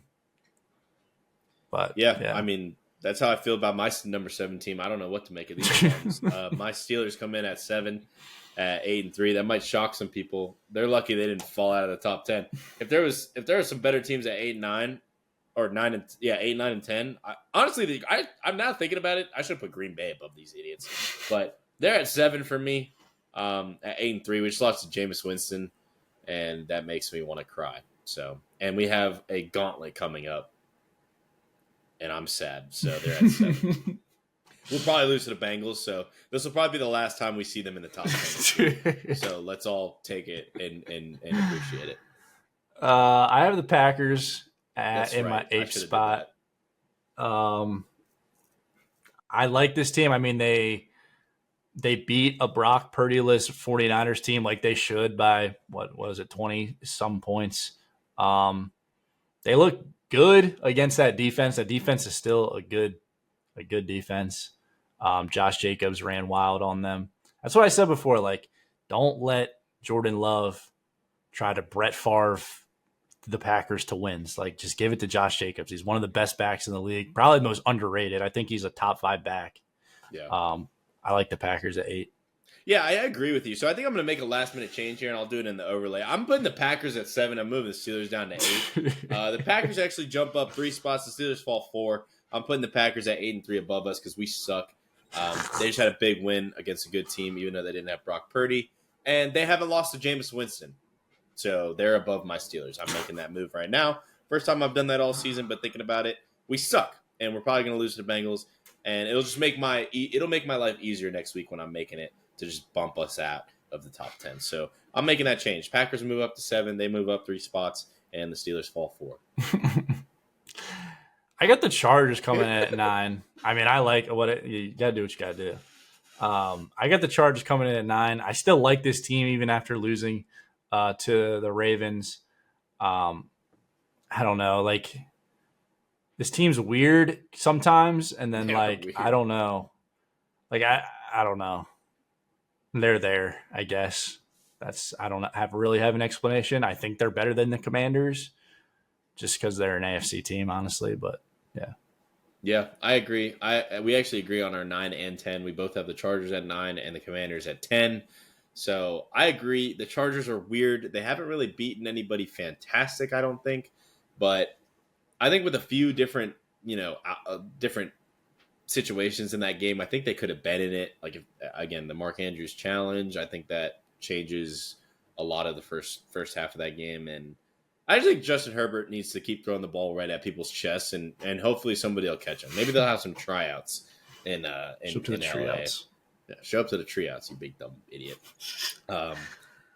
Yeah, that's my 9 and 10. I got the Chargers at 9, and then the Commanders at 10, like you. And I think Washington, if they lose again, I will say it's panic time. It is. They have one win against a over 500 team. Not great. So, not great. Similar to the Chargers, I believe, but yeah, not great. Not great. But that's our top 10. Our power rankings for week 13. Made a little in-game decision there to change. There you go. Yep. And now we have our 4-leg parlay that is against the spread. We picked 4 teams against the spread this week. Use code WOOD on Underdog. Or I was about to say Underdog Fantasy, but they changed it just to Underdog. Code WOOD on Underdog. $1,000 deposit match. Just use it. Just use the code. That's it. I agree. But against the spread this week, tomorrow, the Packers play the Dolphins on Thanksgiving. I think 3 points is not enough to give this Dolphins team in the elements in Lambeau Field. I like how the Packers just played against the 49ers defense. I think they beat the Dolphins by more than 3 points. I like that. I'm going with another team that actually covered last week, and I like them to do it again. The Bucks, they go to Carolina, arguably one of the worst teams in the NFL, and I think they can easily win by more than a touchdown. The Carolina Panthers suck. I know that they almost just beat the Chiefs, but the Chiefs suck. That was just one of those Sundays, any given Sunday. It's not going to be like that this week. No. The Tampa Bay Bucks just played a terrible team, just like the Panthers, and they destroyed them. So I like them to do it again. I like that. I like Bake. The Rams go on the road as favorites to the Saints. I think they bounce back here. I don't think the Saints are good. I think Derek Carr is not good at football. I like Stafford and the Rams. It's like still their whole season's still in front of them. The Saints, on the other hand, they're not really playing for much. They're just playing for a W on their record. The Rams still very much in the division. So I like the Rams to cover against the Saints in New Orleans. They are, and just like this team is at home, I'm taking Denver at -5.5. They host the Cleveland Browns, and they will show every single Steeler fan and Ravens fan that you don't ever have to lose to Jameis Winston. And they'll probably win, and their defense will actually catch interceptions and convert points off of them and not lose. I agree. I know it's hard to put money on a rookie quarterback, but give me Bo Nix to cover. He's seasoned. He is seasoned. He was in college for 15 years. Give me Denver at home to cover 5.5. I like it. Those are our bets against the spread. Packers -3, Bucks -6, Rams -3, Broncos -5.5. All favorites. That should work out. They are going to win. That should work out. They're all covering. Let's move on to maybe even crazier football. Dude, college football. This is my favorite part of the year. College football. Let's go over our Week 13 results from last week. Yeah, we fried. Yeah, we dominated the board here. We did really good. I should have put money on this. Let's go over it. So we got number 5, Indiana. They go to number 2, Ohio State, and their defense did enough, in my opinion, to be in this game. They only give up 21 points. They gave up a punt return on special teams, but Indiana's defense showed up. They only gave up 21 on the road, and their offense was like, we're not helping y'all out at all. As Ohio State wins pretty convincingly in the horseshoe, and we both get the W on that one. Kind of interesting to see what happens with Indiana. Some people are saying they're still a shoe-in for the playoff. I don't know. We'll see. They got the spoiler makers coming up this week. I just think 10-1 is hard to leave out. I know their schedule sucks. They have like the 106th ranked schedule this season. I don't know how to feel about Indiana. Like, their defense is good. They give up 21 points on the road. Your offense didn't do anything to help you out. I know their special teams game gave up a touchdown, but their defense played really well. Ohio State's defense is really good as well. They are really good. I don't know. I don't know what to make of Indiana, but we'll see. I kind of want to break some of these games down when we talk about them, but I don't know. I'm interested to see. People are saying they're a shoo-in still. I don't know if they get in. I don't know. It's going to be tough. 10-1, you haven't beaten anybody. And I think the committee, as they proved last year, that they put in the best teams no matter what, like leaving out Florida State, putting in Alabama with the one loss last season. They look at your team right now and how it looks. So they don't really take in consideration like a record that much. If Indiana is able to play in the Big Ten championship, maybe. I don't know if they're scheduled for that. I know Oregon still is. Oregon and Ohio State will play in the Big Ten championship. They are? Okay, yeah. I guess because they have the head-to-head. So, yeah, I don't know. We'll see. We'll see about Indiana. Colorado. Dude. Loses to Kansas. Kansas running back ran for 550,000 yards in this game.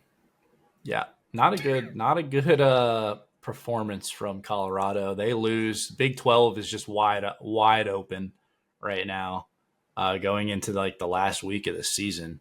So you get a win. You picked Kansas. I lose that one. I picked Colorado to win. I did. Neal, by the way, for the Kansas Jayhawks, had 37 carries for 207 yards and 3 touchdowns. That's Saquon. A big day. Saquon. My man did a Saquon cosplay. Like you said, the Big 12 is wide open.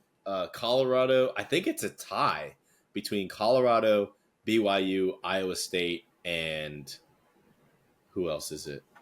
Kansas State? Maybe, yeah. They're all tied in conference as far as records. So not good. Colorado had a chance here to take the top spot, and they fold. Their defense just didn't show up in this one at all, especially the run game. I'm not kidding. I was watching this game. We had a Friendsgiving, and every time Neil ran the ball, it felt they had a 3rd and 9, like late in the game, important 3rd and 9, and they ran an inside handoff, and he got like 15 yards. Nice. Like Colorado needs to. I don't know what to make of them. Like I haven't been on board all season, and that's why I picked Kansas. Kansas now has beaten 3 ranked teams in a row, by the way, in 3 straight weeks. No team has done that as an unranked, by the way. Dogs. Ever. But Colorado, I mean, Sanders had a good game. Shador had a good game. He threw for 3 touchdowns, I think. Overall, Travis Hunter had a good game. Like they played offensively, not too bad. Yeah. They only scored 21, but I haven't trusted their defense. This defense is not going to stop one of the better Power 5 programs in the country. And I don't know. It'll be interesting to see how the Big 12 championship plays out, who's going to be in. But Colorado, that's a huge loss for them. I mean, they had an opportunity to take the reins there and didn't. So, yeah, kind of crazy. Kind of. Moving on, BYU, another team that could have did it. They decided they're not gonna. Arizona State, you had Arizona State in this one. I picked BYU. I thought BYU was going to bounce back after losing to said Jayhawks last week, and they did not. They did not. They disappoint. They lose on the road, and another kind of opportunity to take control of the conference as far as records, and they don't. They don't. They lose. I didn't really watch too much of this game. I was at I had a bunch of plans that night, but again, they're all tied. Arizona State, BYU, Iowa State, and Colorado are all 6-2 in conference. Everyone but Colorado in that is 9-2 overall. But now Arizona State has the head-to-head against BYU. So that's kind of huge for the conference. Again, I like Arizona State. They're a good team. They're a good team. They beat Kansas State last week, so they could play in the Big 12 championship here. So I mean, they're winning. They won. They won 6 of their last 7 games. Sun Devils, baby. Hey, Sun Devils. They always say it's better to win late than lose early, and they're winning late right now.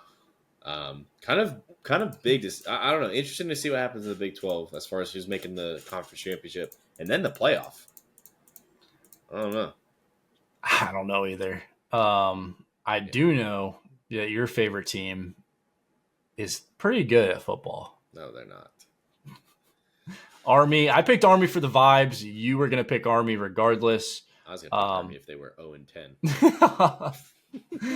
But Notre Dame gets a big-time win against Army. I don't even know the score. I know it was a lot to a little. It was 40-something to 14 or whatever. So Notre Dame keeps on moving. They don't have to play in a conference championship, so they are just going to be in the playoff. That's why they're fugazi. They're not required to play anybody. So, yeah. I don't know. Their jerseys were cool. They were fresh. I will say that. They did beat Army pretty convincingly in a neutral site game. This was in Yankee Stadium. Yeah. For some reason. Yep.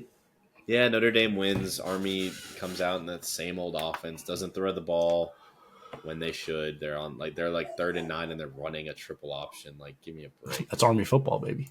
Yeah, but they've thrown the ball better all season. But they didn't. We both take the L. Let's move on to a 4 overtime thriller, baby. Thriller. Big SEC game. Same game. Texas A&M goes to Auburn. And Auburn's quarterback, someone who I don't even know who he is, number 1. I still don't even know his name. My man was playing. My man wore that number 1 jersey, said Cam Newton wore this. I need a ball hat. Ball hat. Ball hat. Superman. Superman. Maybe Superboy, we'll call him. Superboy. Auburn wins in 4 overtime. I remember as soon as this game was in the 4th quarter, I was at the Friendsgiving that I was at. I said, I'll leave after this game's over. Well, an hour and a half later, the game ended, and Texas A&M matches overtime for each go with Auburn, and then they call one of the better 2-point conversion calls I've seen in a very long time. And the Texas A&M wide receiver drops a wide open pass to tie it and send it into 5th overtime. They do not convert. Auburn takes the win. We both choose Texas A&M because they should have won, and rightfully so, they didn't. So we both take the L on that. And Texas A&M, a big loss because up until that point, they were like second in the SEC as far as conference record. Would have been if they would have won like this game against Texas coming up, wouldn't have mattered that much for them, but now it does. It's a huge game, and they shouldn't even have been in that game late to send it into overtime, but they do, and they, again, just a huge drop. One of the best, or one of the bigger drops I've seen in a while.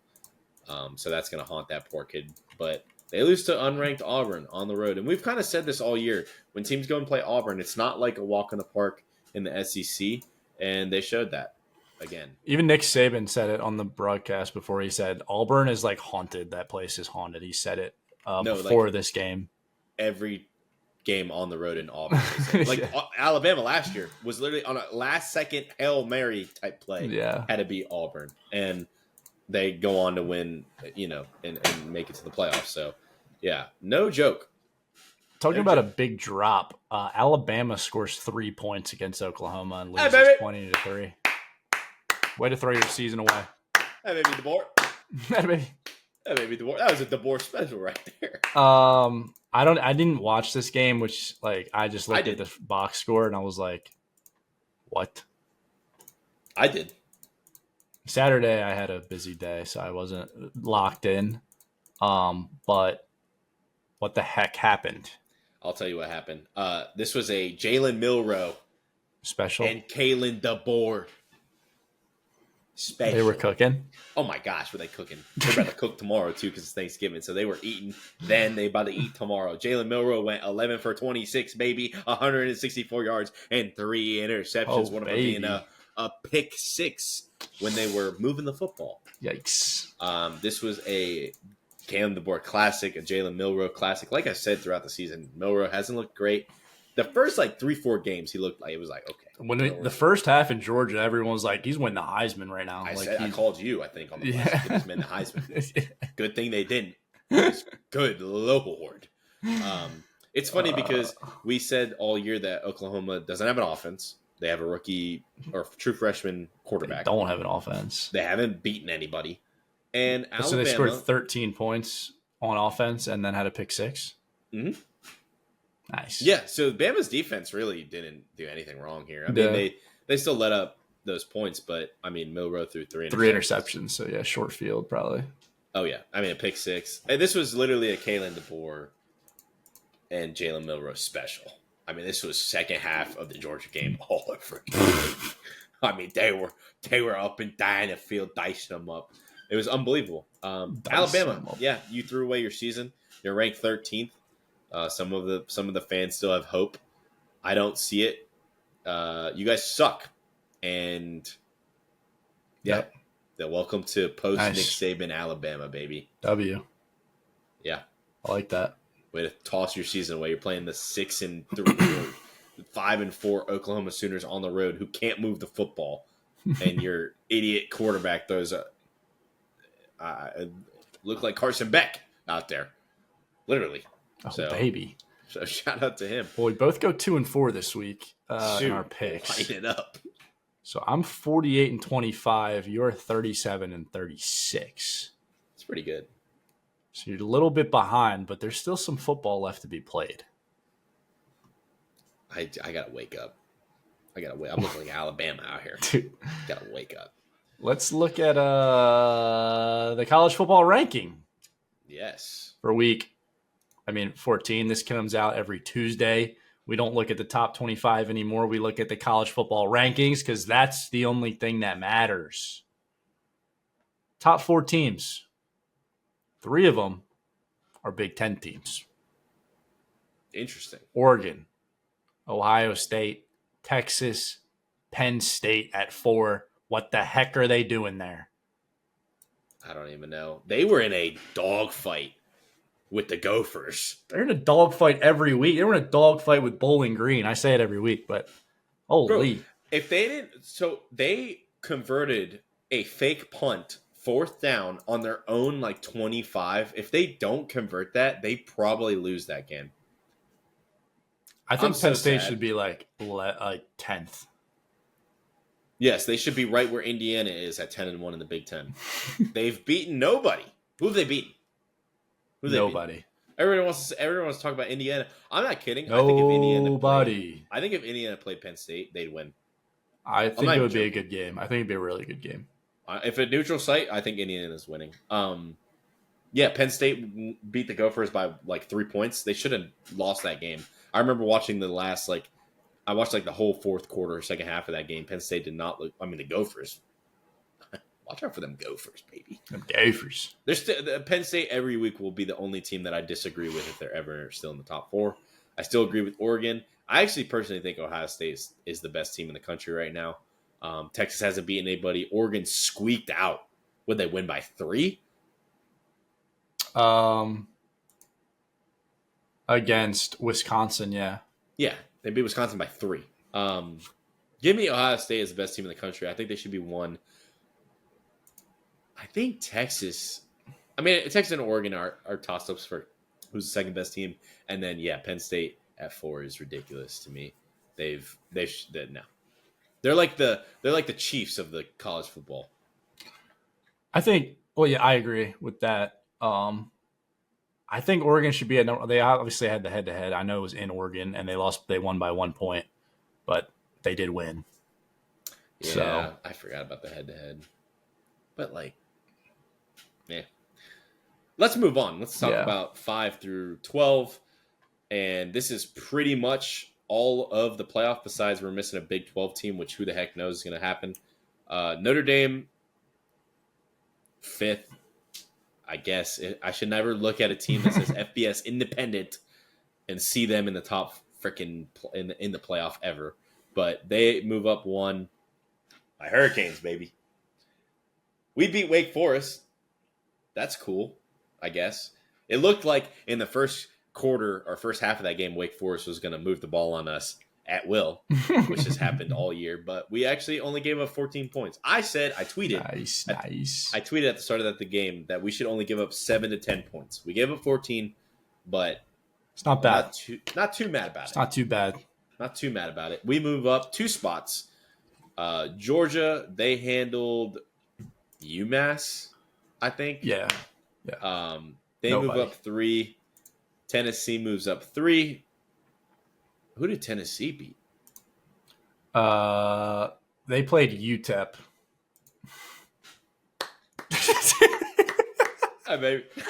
They won 56-0. Okay. They move up 3, which is kind of wild. I think it's because Indiana dropped and Alabama dropped and Ole Miss dropped. Yes, that's why they moved up. We're going to get to those in a second. Tennessee moves up 3 spots. They crushed whoever they just played. You said SMU moves up 4 spots in the ACC. Watch out now. That's going to be a fun ACC championship game when we play them. It's going to be 80 points scored for each team. Their offense is legit. For each team. It's going to be 160 total points. It might be 160 to 155. That offense is legit. Indiana, like we talked about earlier, they fall 5.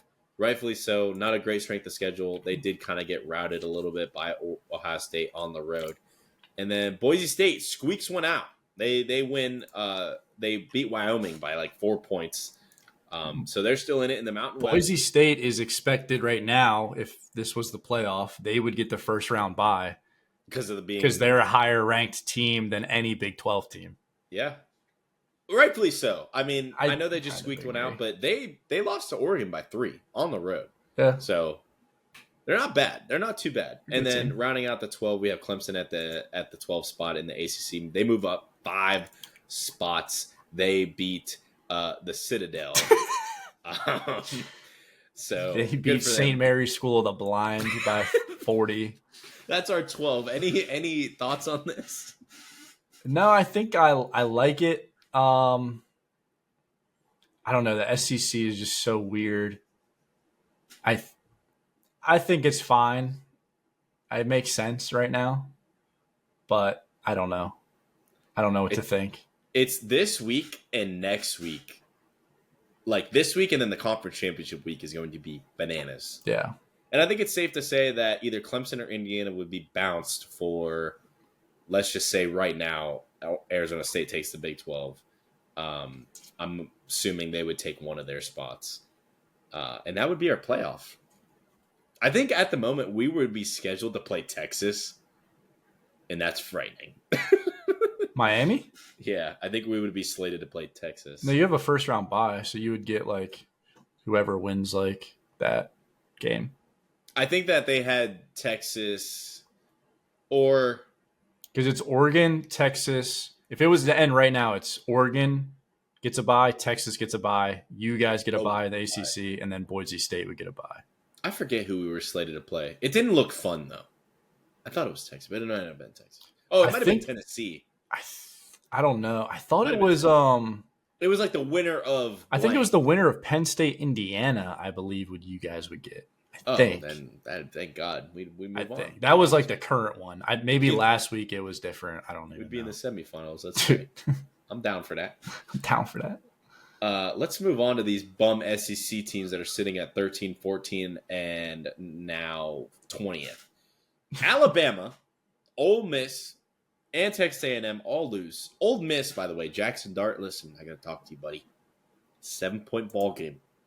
7-point ball game, and you throw 3 interceptions in the last, 3 minutes. What the hell are you doing? The hell are you doing? You got the season on the line. You got the playoff on the line. If they win that game, they might be a shoo-in. Yeah. Maybe. Because they don't have to play in the SEC championship game most likely. So they get in, not have to play another game. You don't get the threat of losing. And he throws 3 interceptions in the last 3 minutes. Now you're out of there. You were in there. Now you're out. Now you're at. You were in, but now you're at. Alabama did the same thing. We just broke that down. South Carolina. We got 13, 14, 15, all SEC, all interesting. Again, this weekend in the conference championships for the SEC are going to be banana land. I don't know what's going to happen. I really don't. Yep. I don't know. Like, what if a Tennessee or a Georgia loses this week somehow? Hey, Georgia has Georgia Tech. And Georgia Tech, South Carolina is 9-3. And Georgia has 3 losses. Alabama has 3 losses. Ole Miss has 3 losses. Texas A&M has 3 losses. Missouri has 3 losses. Dude, I'm telling you, the SEC is crazy the next couple weeks. The SEC should have a playoff to get into the playoff. To get into the playoff. What the hell is happening? That's amazing. That is amazing. That's so true. They should have a little gauntlet to see who gets in. Because you can't look at any other conference, even the Big Ten. You cannot look at any other conference like Georgia, Bama, Ole Miss, Texas. All of their strength of schedules are insane. They all played each other. They all beat the shit out of each other. Just give them their own playoff to get into the playoff. That is hilarious. And then the rest of anything to talk about is the bottom half of the top 25 in the college football playoff is just littered with the Big 12. You have Arizona State, Iowa State, BYU, Kansas State, and the Colorado. They're all tied with the same ranking conference, basically. And what the hell is going to happen with them? I have no idea. You have Arizona State, BYU, Iowa State, and Colorado are all tied at 6-2 in the conference. And then you have Baylor, Kansas State, TCU, Texas Tech, West Virginia, all tied right behind them. Doo-doo. I don't know what's going to happen in the Big 12. As of right now, I think maybe no one makes it to the playoff. They'll just lose. Maybe they'll just throw an SEC team in. Yeah, everyone just loses. We're replacing the Big 12. As of right now, I feel like the head favorite is Arizona State. They've won, and they look more consistent than everybody else. So it's leaning towards that. Yeah, I mean they have they play Arizona, which isn't a really good matchup, but if they handle business and win by 30, you never know what the committee thinks or whatever. It's on the road too. I mean, yeah, it is a big game. Another conference game too. So we'll see. I mean, as of right now, I like most of it. The biggest question mark is what the hell is going to happen with the SEC. I mean, a lot of people are going to be butthurt. I know that. A lot of people. Yeah. And rightfully so. Like, I feel like this Ole Miss team, I mean, to be fair, if Jackson Dart doesn't throw those interceptions and they win, I feel like this Ole Miss team can compete with anybody. Like, they're a good football team. I think anyone in the SEC could play anyone in any other conference. I agree, except for Alabama. Alabama is, I mean, they suck. They scored 3 points against Oklahoma. Let's take a look at some of these matchups. Yeah. For this week, we got some decent games here. A lot of important, big impact. Yeah, a lot of important games here. Yeah, let's get it started with a interesting game. I like this game a lot. I'm probably going to tune in a lot to this. Is number 16 South Carolina, one of my more underrated teams of the season. Another team that I feel like just could beat anybody any given Saturday and lose to anybody. Yeah. They go to Clemson. Clemson sitting at 12. Can Clemson get in with a SMU loss or a US loss, and then depending on the ACC championship game? I don't know. This is a big game though, and I think I'm going with 16 South Carolina on the road. I picked them on the road, or no, I picked them at home early in the season against Ole Miss. They kind of got shellacked, but we've seen the difference in SEC play versus every other conference, and I trust them more. They've had better wins on the season than Clemson, so give me South Carolina on the road against number 12 Clemson. I do like that. I don't know where I want to go with this. They just beaten better teams. Like, they've played better. Yeah. In my opinion. They should have also beat LSU. In LSU. I think that was in LSU. I agree with you.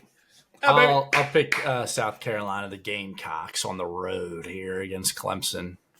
It's a big game. It's a huge game. They could kind of be a spoiler, too, to Clemson's hopes for the playoffs. So. And, like, I don't know, is South Carolina, like, out of it? Able to get in? Like, they could, I guess. I don't know. Then our matchup of the week, number 3 Texas versus number 20 Texas A&M. We'll break that game down and give our picks on that one after we pick the rest of these games.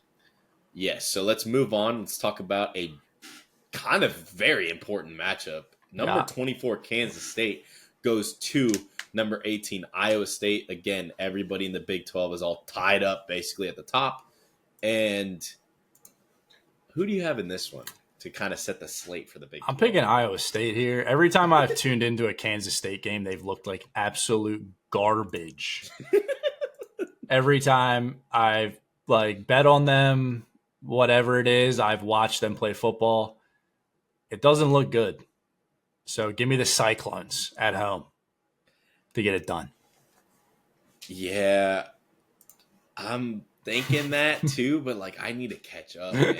I need to catch up in college. I am down a lot. I'm almost at 500. I mean, we're going to pick every college playoff game, so you got some time. I mean, not much, but. Yeah, I guess I got some time to make it up. And it starts now. Give me Kansas State on the road. They need a win. They're going to get it and help my record out. Okay? I got to be on difference of some of this. Yeah. So give me Kansas State, and I hope to God they win game. I hope to God they win game. I have to. This is kind of an interesting game. Definitely not like a clear side in this one, I don't think. Arkansas versus number 21, Missouri. How are you feeling about this game? I feel like Missouri just were frauds the whole time this year when they were ranked 6th and stuff, and I haven't liked them since. So I'm going to go with Arkansas on the road. I think in a close game, this can kind of go either way. Missouri has a good defense, but I just don't trust them. And give me Arkansas. Give me the Razorbacks on the road. I like that pick, but just to differentiate, make it a little interesting here, I'll pick Missouri at home. We'll see.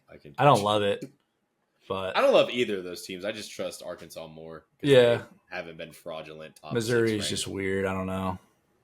Screw them. They suck. Yeah. Then we got the most historic battle Yeah, I had to throw this one in there just because it's these two teams. in college football history. Throw the records away. Doesn't matter. I don't agree. I'm going with Ohio State in this one. Michigan goes to the horseshoe. Maybe if this was last year's Michigan team with a different coach, I would choose differently. But this Michigan team is hot ass, and they're going to show up and leave the same way after Saturday. Give me Ohio State, and that's it. Yeah, I agree. I'm picking Ohio State, obviously. I mean, I wish this was a better game because the last 5 years, these games have been bangers. Yeah. Unfortunate that it's not. I mean, Ohio State, the books aren't giving them Michigan any slack. They're 21-point favorites in this game. Rightfully so. Rightfully so. Michigan kind of stinks. Ohio State's defense is good. Yeah. Ohio State. I agree. Moving on. Oh, wait, this is your game. I'm stupid. Oh, yeah, moving on. Your favorite team, Notre Dame, goes to USC. Definitely not like a gimme for sure, but USC sometimes shows up, sometimes doesn't. I'm sure you're going to go pick USC in this one. I'll pick Notre Dame. So I said before this episode started recording that I pick with my heart, my emotions in college football. That's why my record is so bad. And I said I was going to start changing that. But these Trojans, they've won 3 out of the last 4. Okay? They beat Rutgers, Nebraska, and at UCLA. Okay? They lost to Washington. Now the hot team is Notre Dame. But USC is better than Northern Illinois. So give me the Trojans at home to beat the number 5 team in the country. And I don't care. Give me USC at home to beat the Fighting Irish and prove to the world that this overrated ass non-conference playing dog caca team can get at and put another SEC team in. That's my hope, at least. There you go. Those are our picks, except for our matchup of the week, which we will Except get for the into. matchup of the week. Right And now. let's talk about it. Rate me out.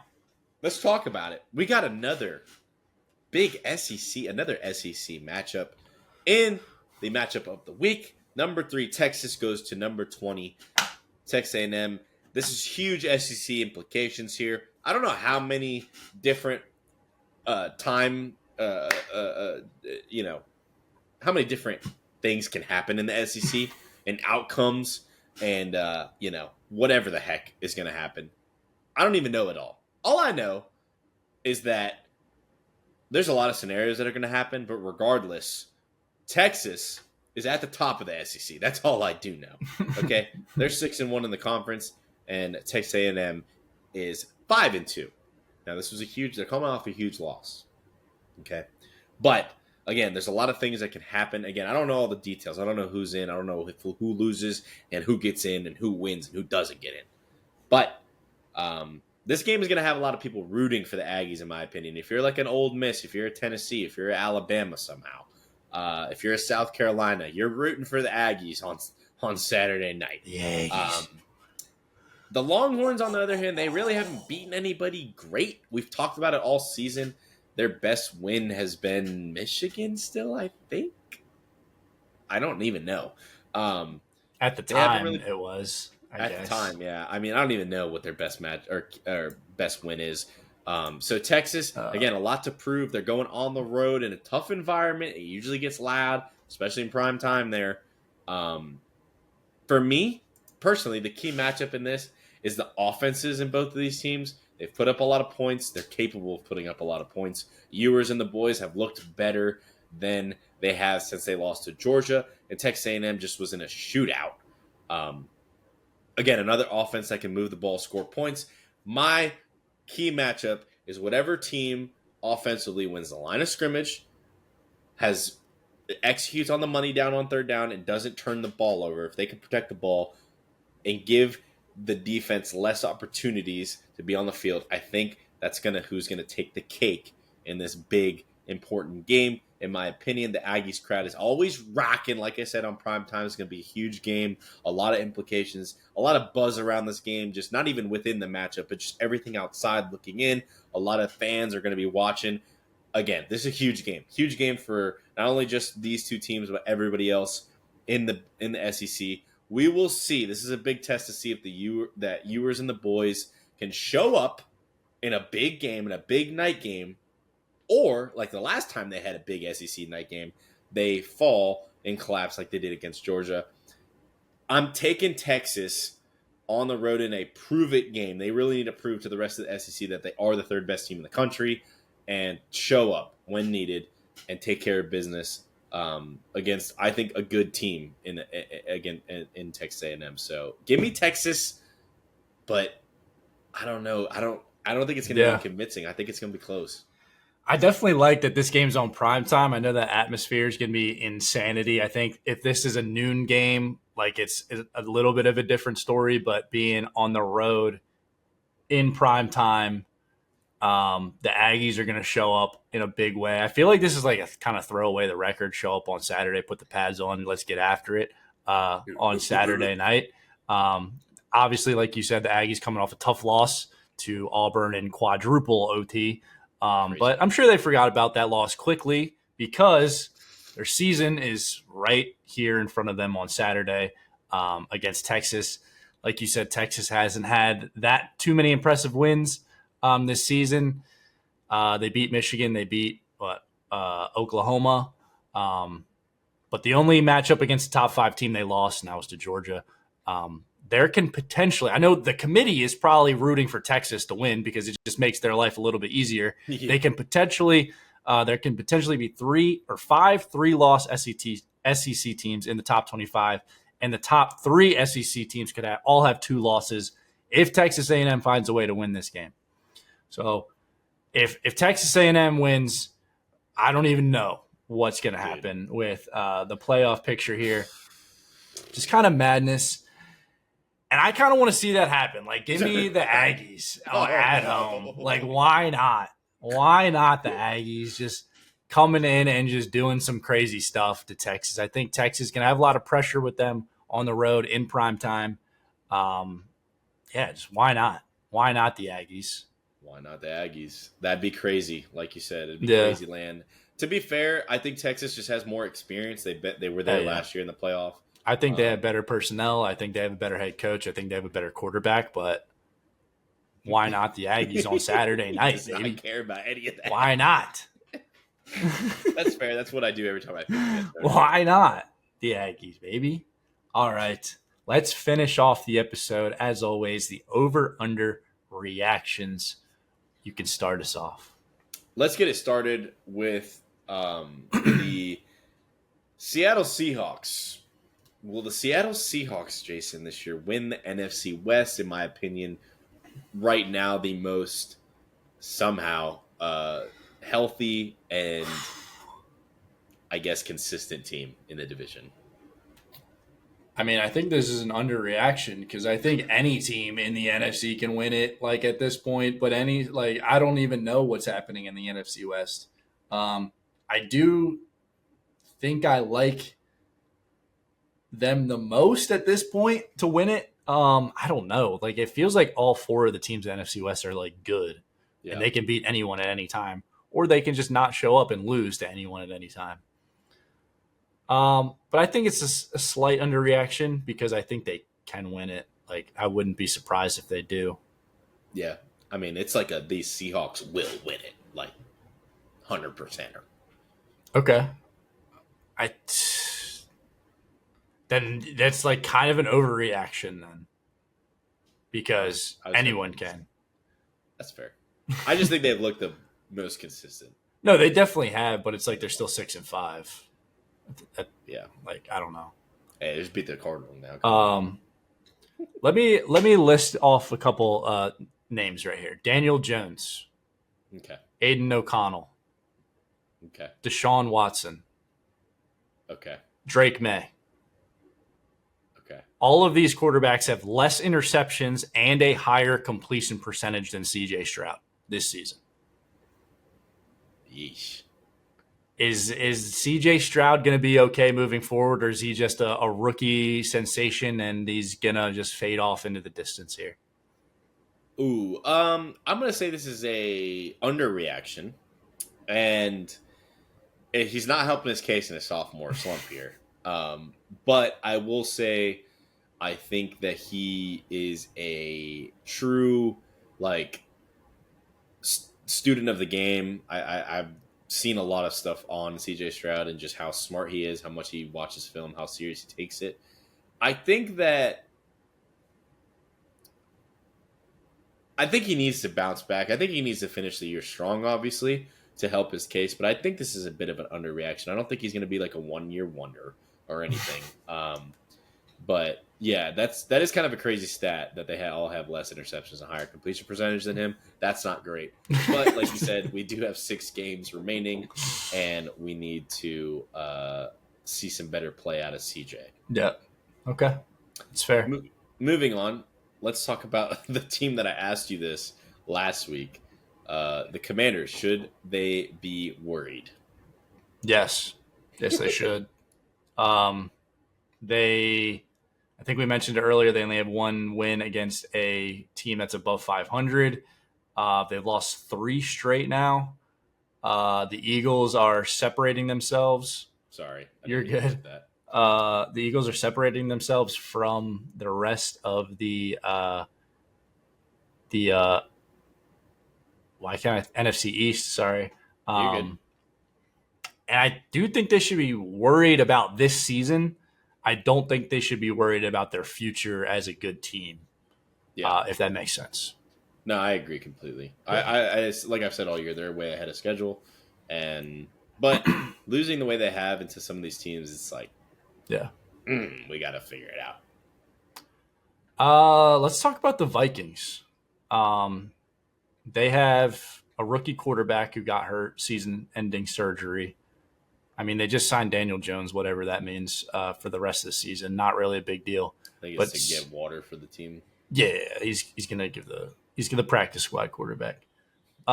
Is Sam Darnold? The statement is Sam Darnold is not the Vikings quarterback next season.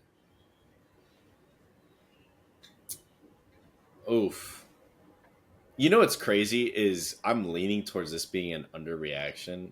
And the only reason why is because if anybody remembers, if you are a Vikings fan watching, in 2017, they had a defense that was like statistically on pace with like the 85 Bears throughout like the first half of the season. And that Vikings team had Kirk Cousins as their quarterback. And they ended up not doing anything because Kirk Cousins sucks. And I don't think Sam Darnold's Kirk Cousins. I actually like Sam coming out of USC. Out of college. I think he hasn't had a fair shot. He finally does. I think if I was leaning towards underreaction, but I'm going to say it's an overreaction. And the only reason is because if Sam plays better down the stretch and wins them a game like he does, like he has a good game, I think that it's weird. It's a weird question because like this Vikings team is going to be good for a while. And if they got a good quarterback, they'd be frightening. Not that Sam's been bad. I mean, they're freaking 9-2. But it could be better. But he just needs to play a little bit better. Like I said, against the Bears, he had a better game. But that little month stretch, he was kind of like, ugh. But I'm going to say it's an overreaction because if they do well and go to the playoffs, and if they even have a good playoff run, even if they don't make the Super Bowl or anything, but say if they get to the NFC Championship game, I don't see really a reason for them to move off of Sam because Sam overall in his play is still pretty young as an NFL quarterback. Like he hasn't played a ton, at least as a starter. So I think with this coaching staff, like this is the first year. So Sam could even get better. He's had a lot of like coming out of college. He has a lot of tools. He's athletic. He can make plays. So I'm going to say there's an overreaction. I was leaning towards under, but thinking about it, I think it's over. Depending on their seat, the playoff, really. Because they have J.J. McCarthy on the bench, like, sitting there. I'm sure it might be like a QB competition in the offseason. Yeah. We'll see. Moving on.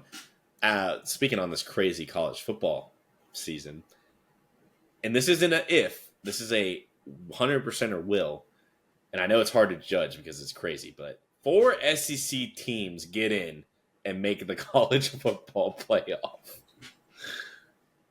Well, I think we can already say Texas is like a shoo-in. I think. That's one. Get in at least. And get in at least. I think Georgia is a shoo-in to make the SEC championship game now. They're a 100%er. I think this is an underreaction because I think 4 SEC teams do make the college football playoff. And because I think the committee doesn't care about your record. They do care about your strength of schedule. And they do care about your current football team and how they look right now, just from what they've decided on previously. And they know that the SEC is the best conference in college football. And I do think they put the best 12 teams in, and I think the best 12 teams, 4 of them should be SEC teams. I personally agree because I think Texas, Georgia, and Tennessee all get in. And then there's one out of that is still somehow up for grabs. Yeah. So I agree. I think like 1 ACC team should get in. 2. 3 Big Ten will get in. 2 or 3, yeah. 3 Big Ten, I guess. 3 are going to get in. 1 Big 12, maybe, if they even get in. And then, yeah, a Mountain West or whatever, Boise State. Yeah. So, and then Notre Dame will get in because they don't lose play anyone. USC. Okay. So, yeah, kind of nuts. Staying on college football, Oregon, only undefeated team left. They beat Ohio State, the number 2 team in the country. It's Oregon, and then it's everyone else. Like, that's how we should look at the college football playoff. Like, if you beat Oregon, you're just going to go on and win it. It's Oregon and then the field, huh? I know they just won by 3 points, whatever. Everyone has had a game where they won by 3 points.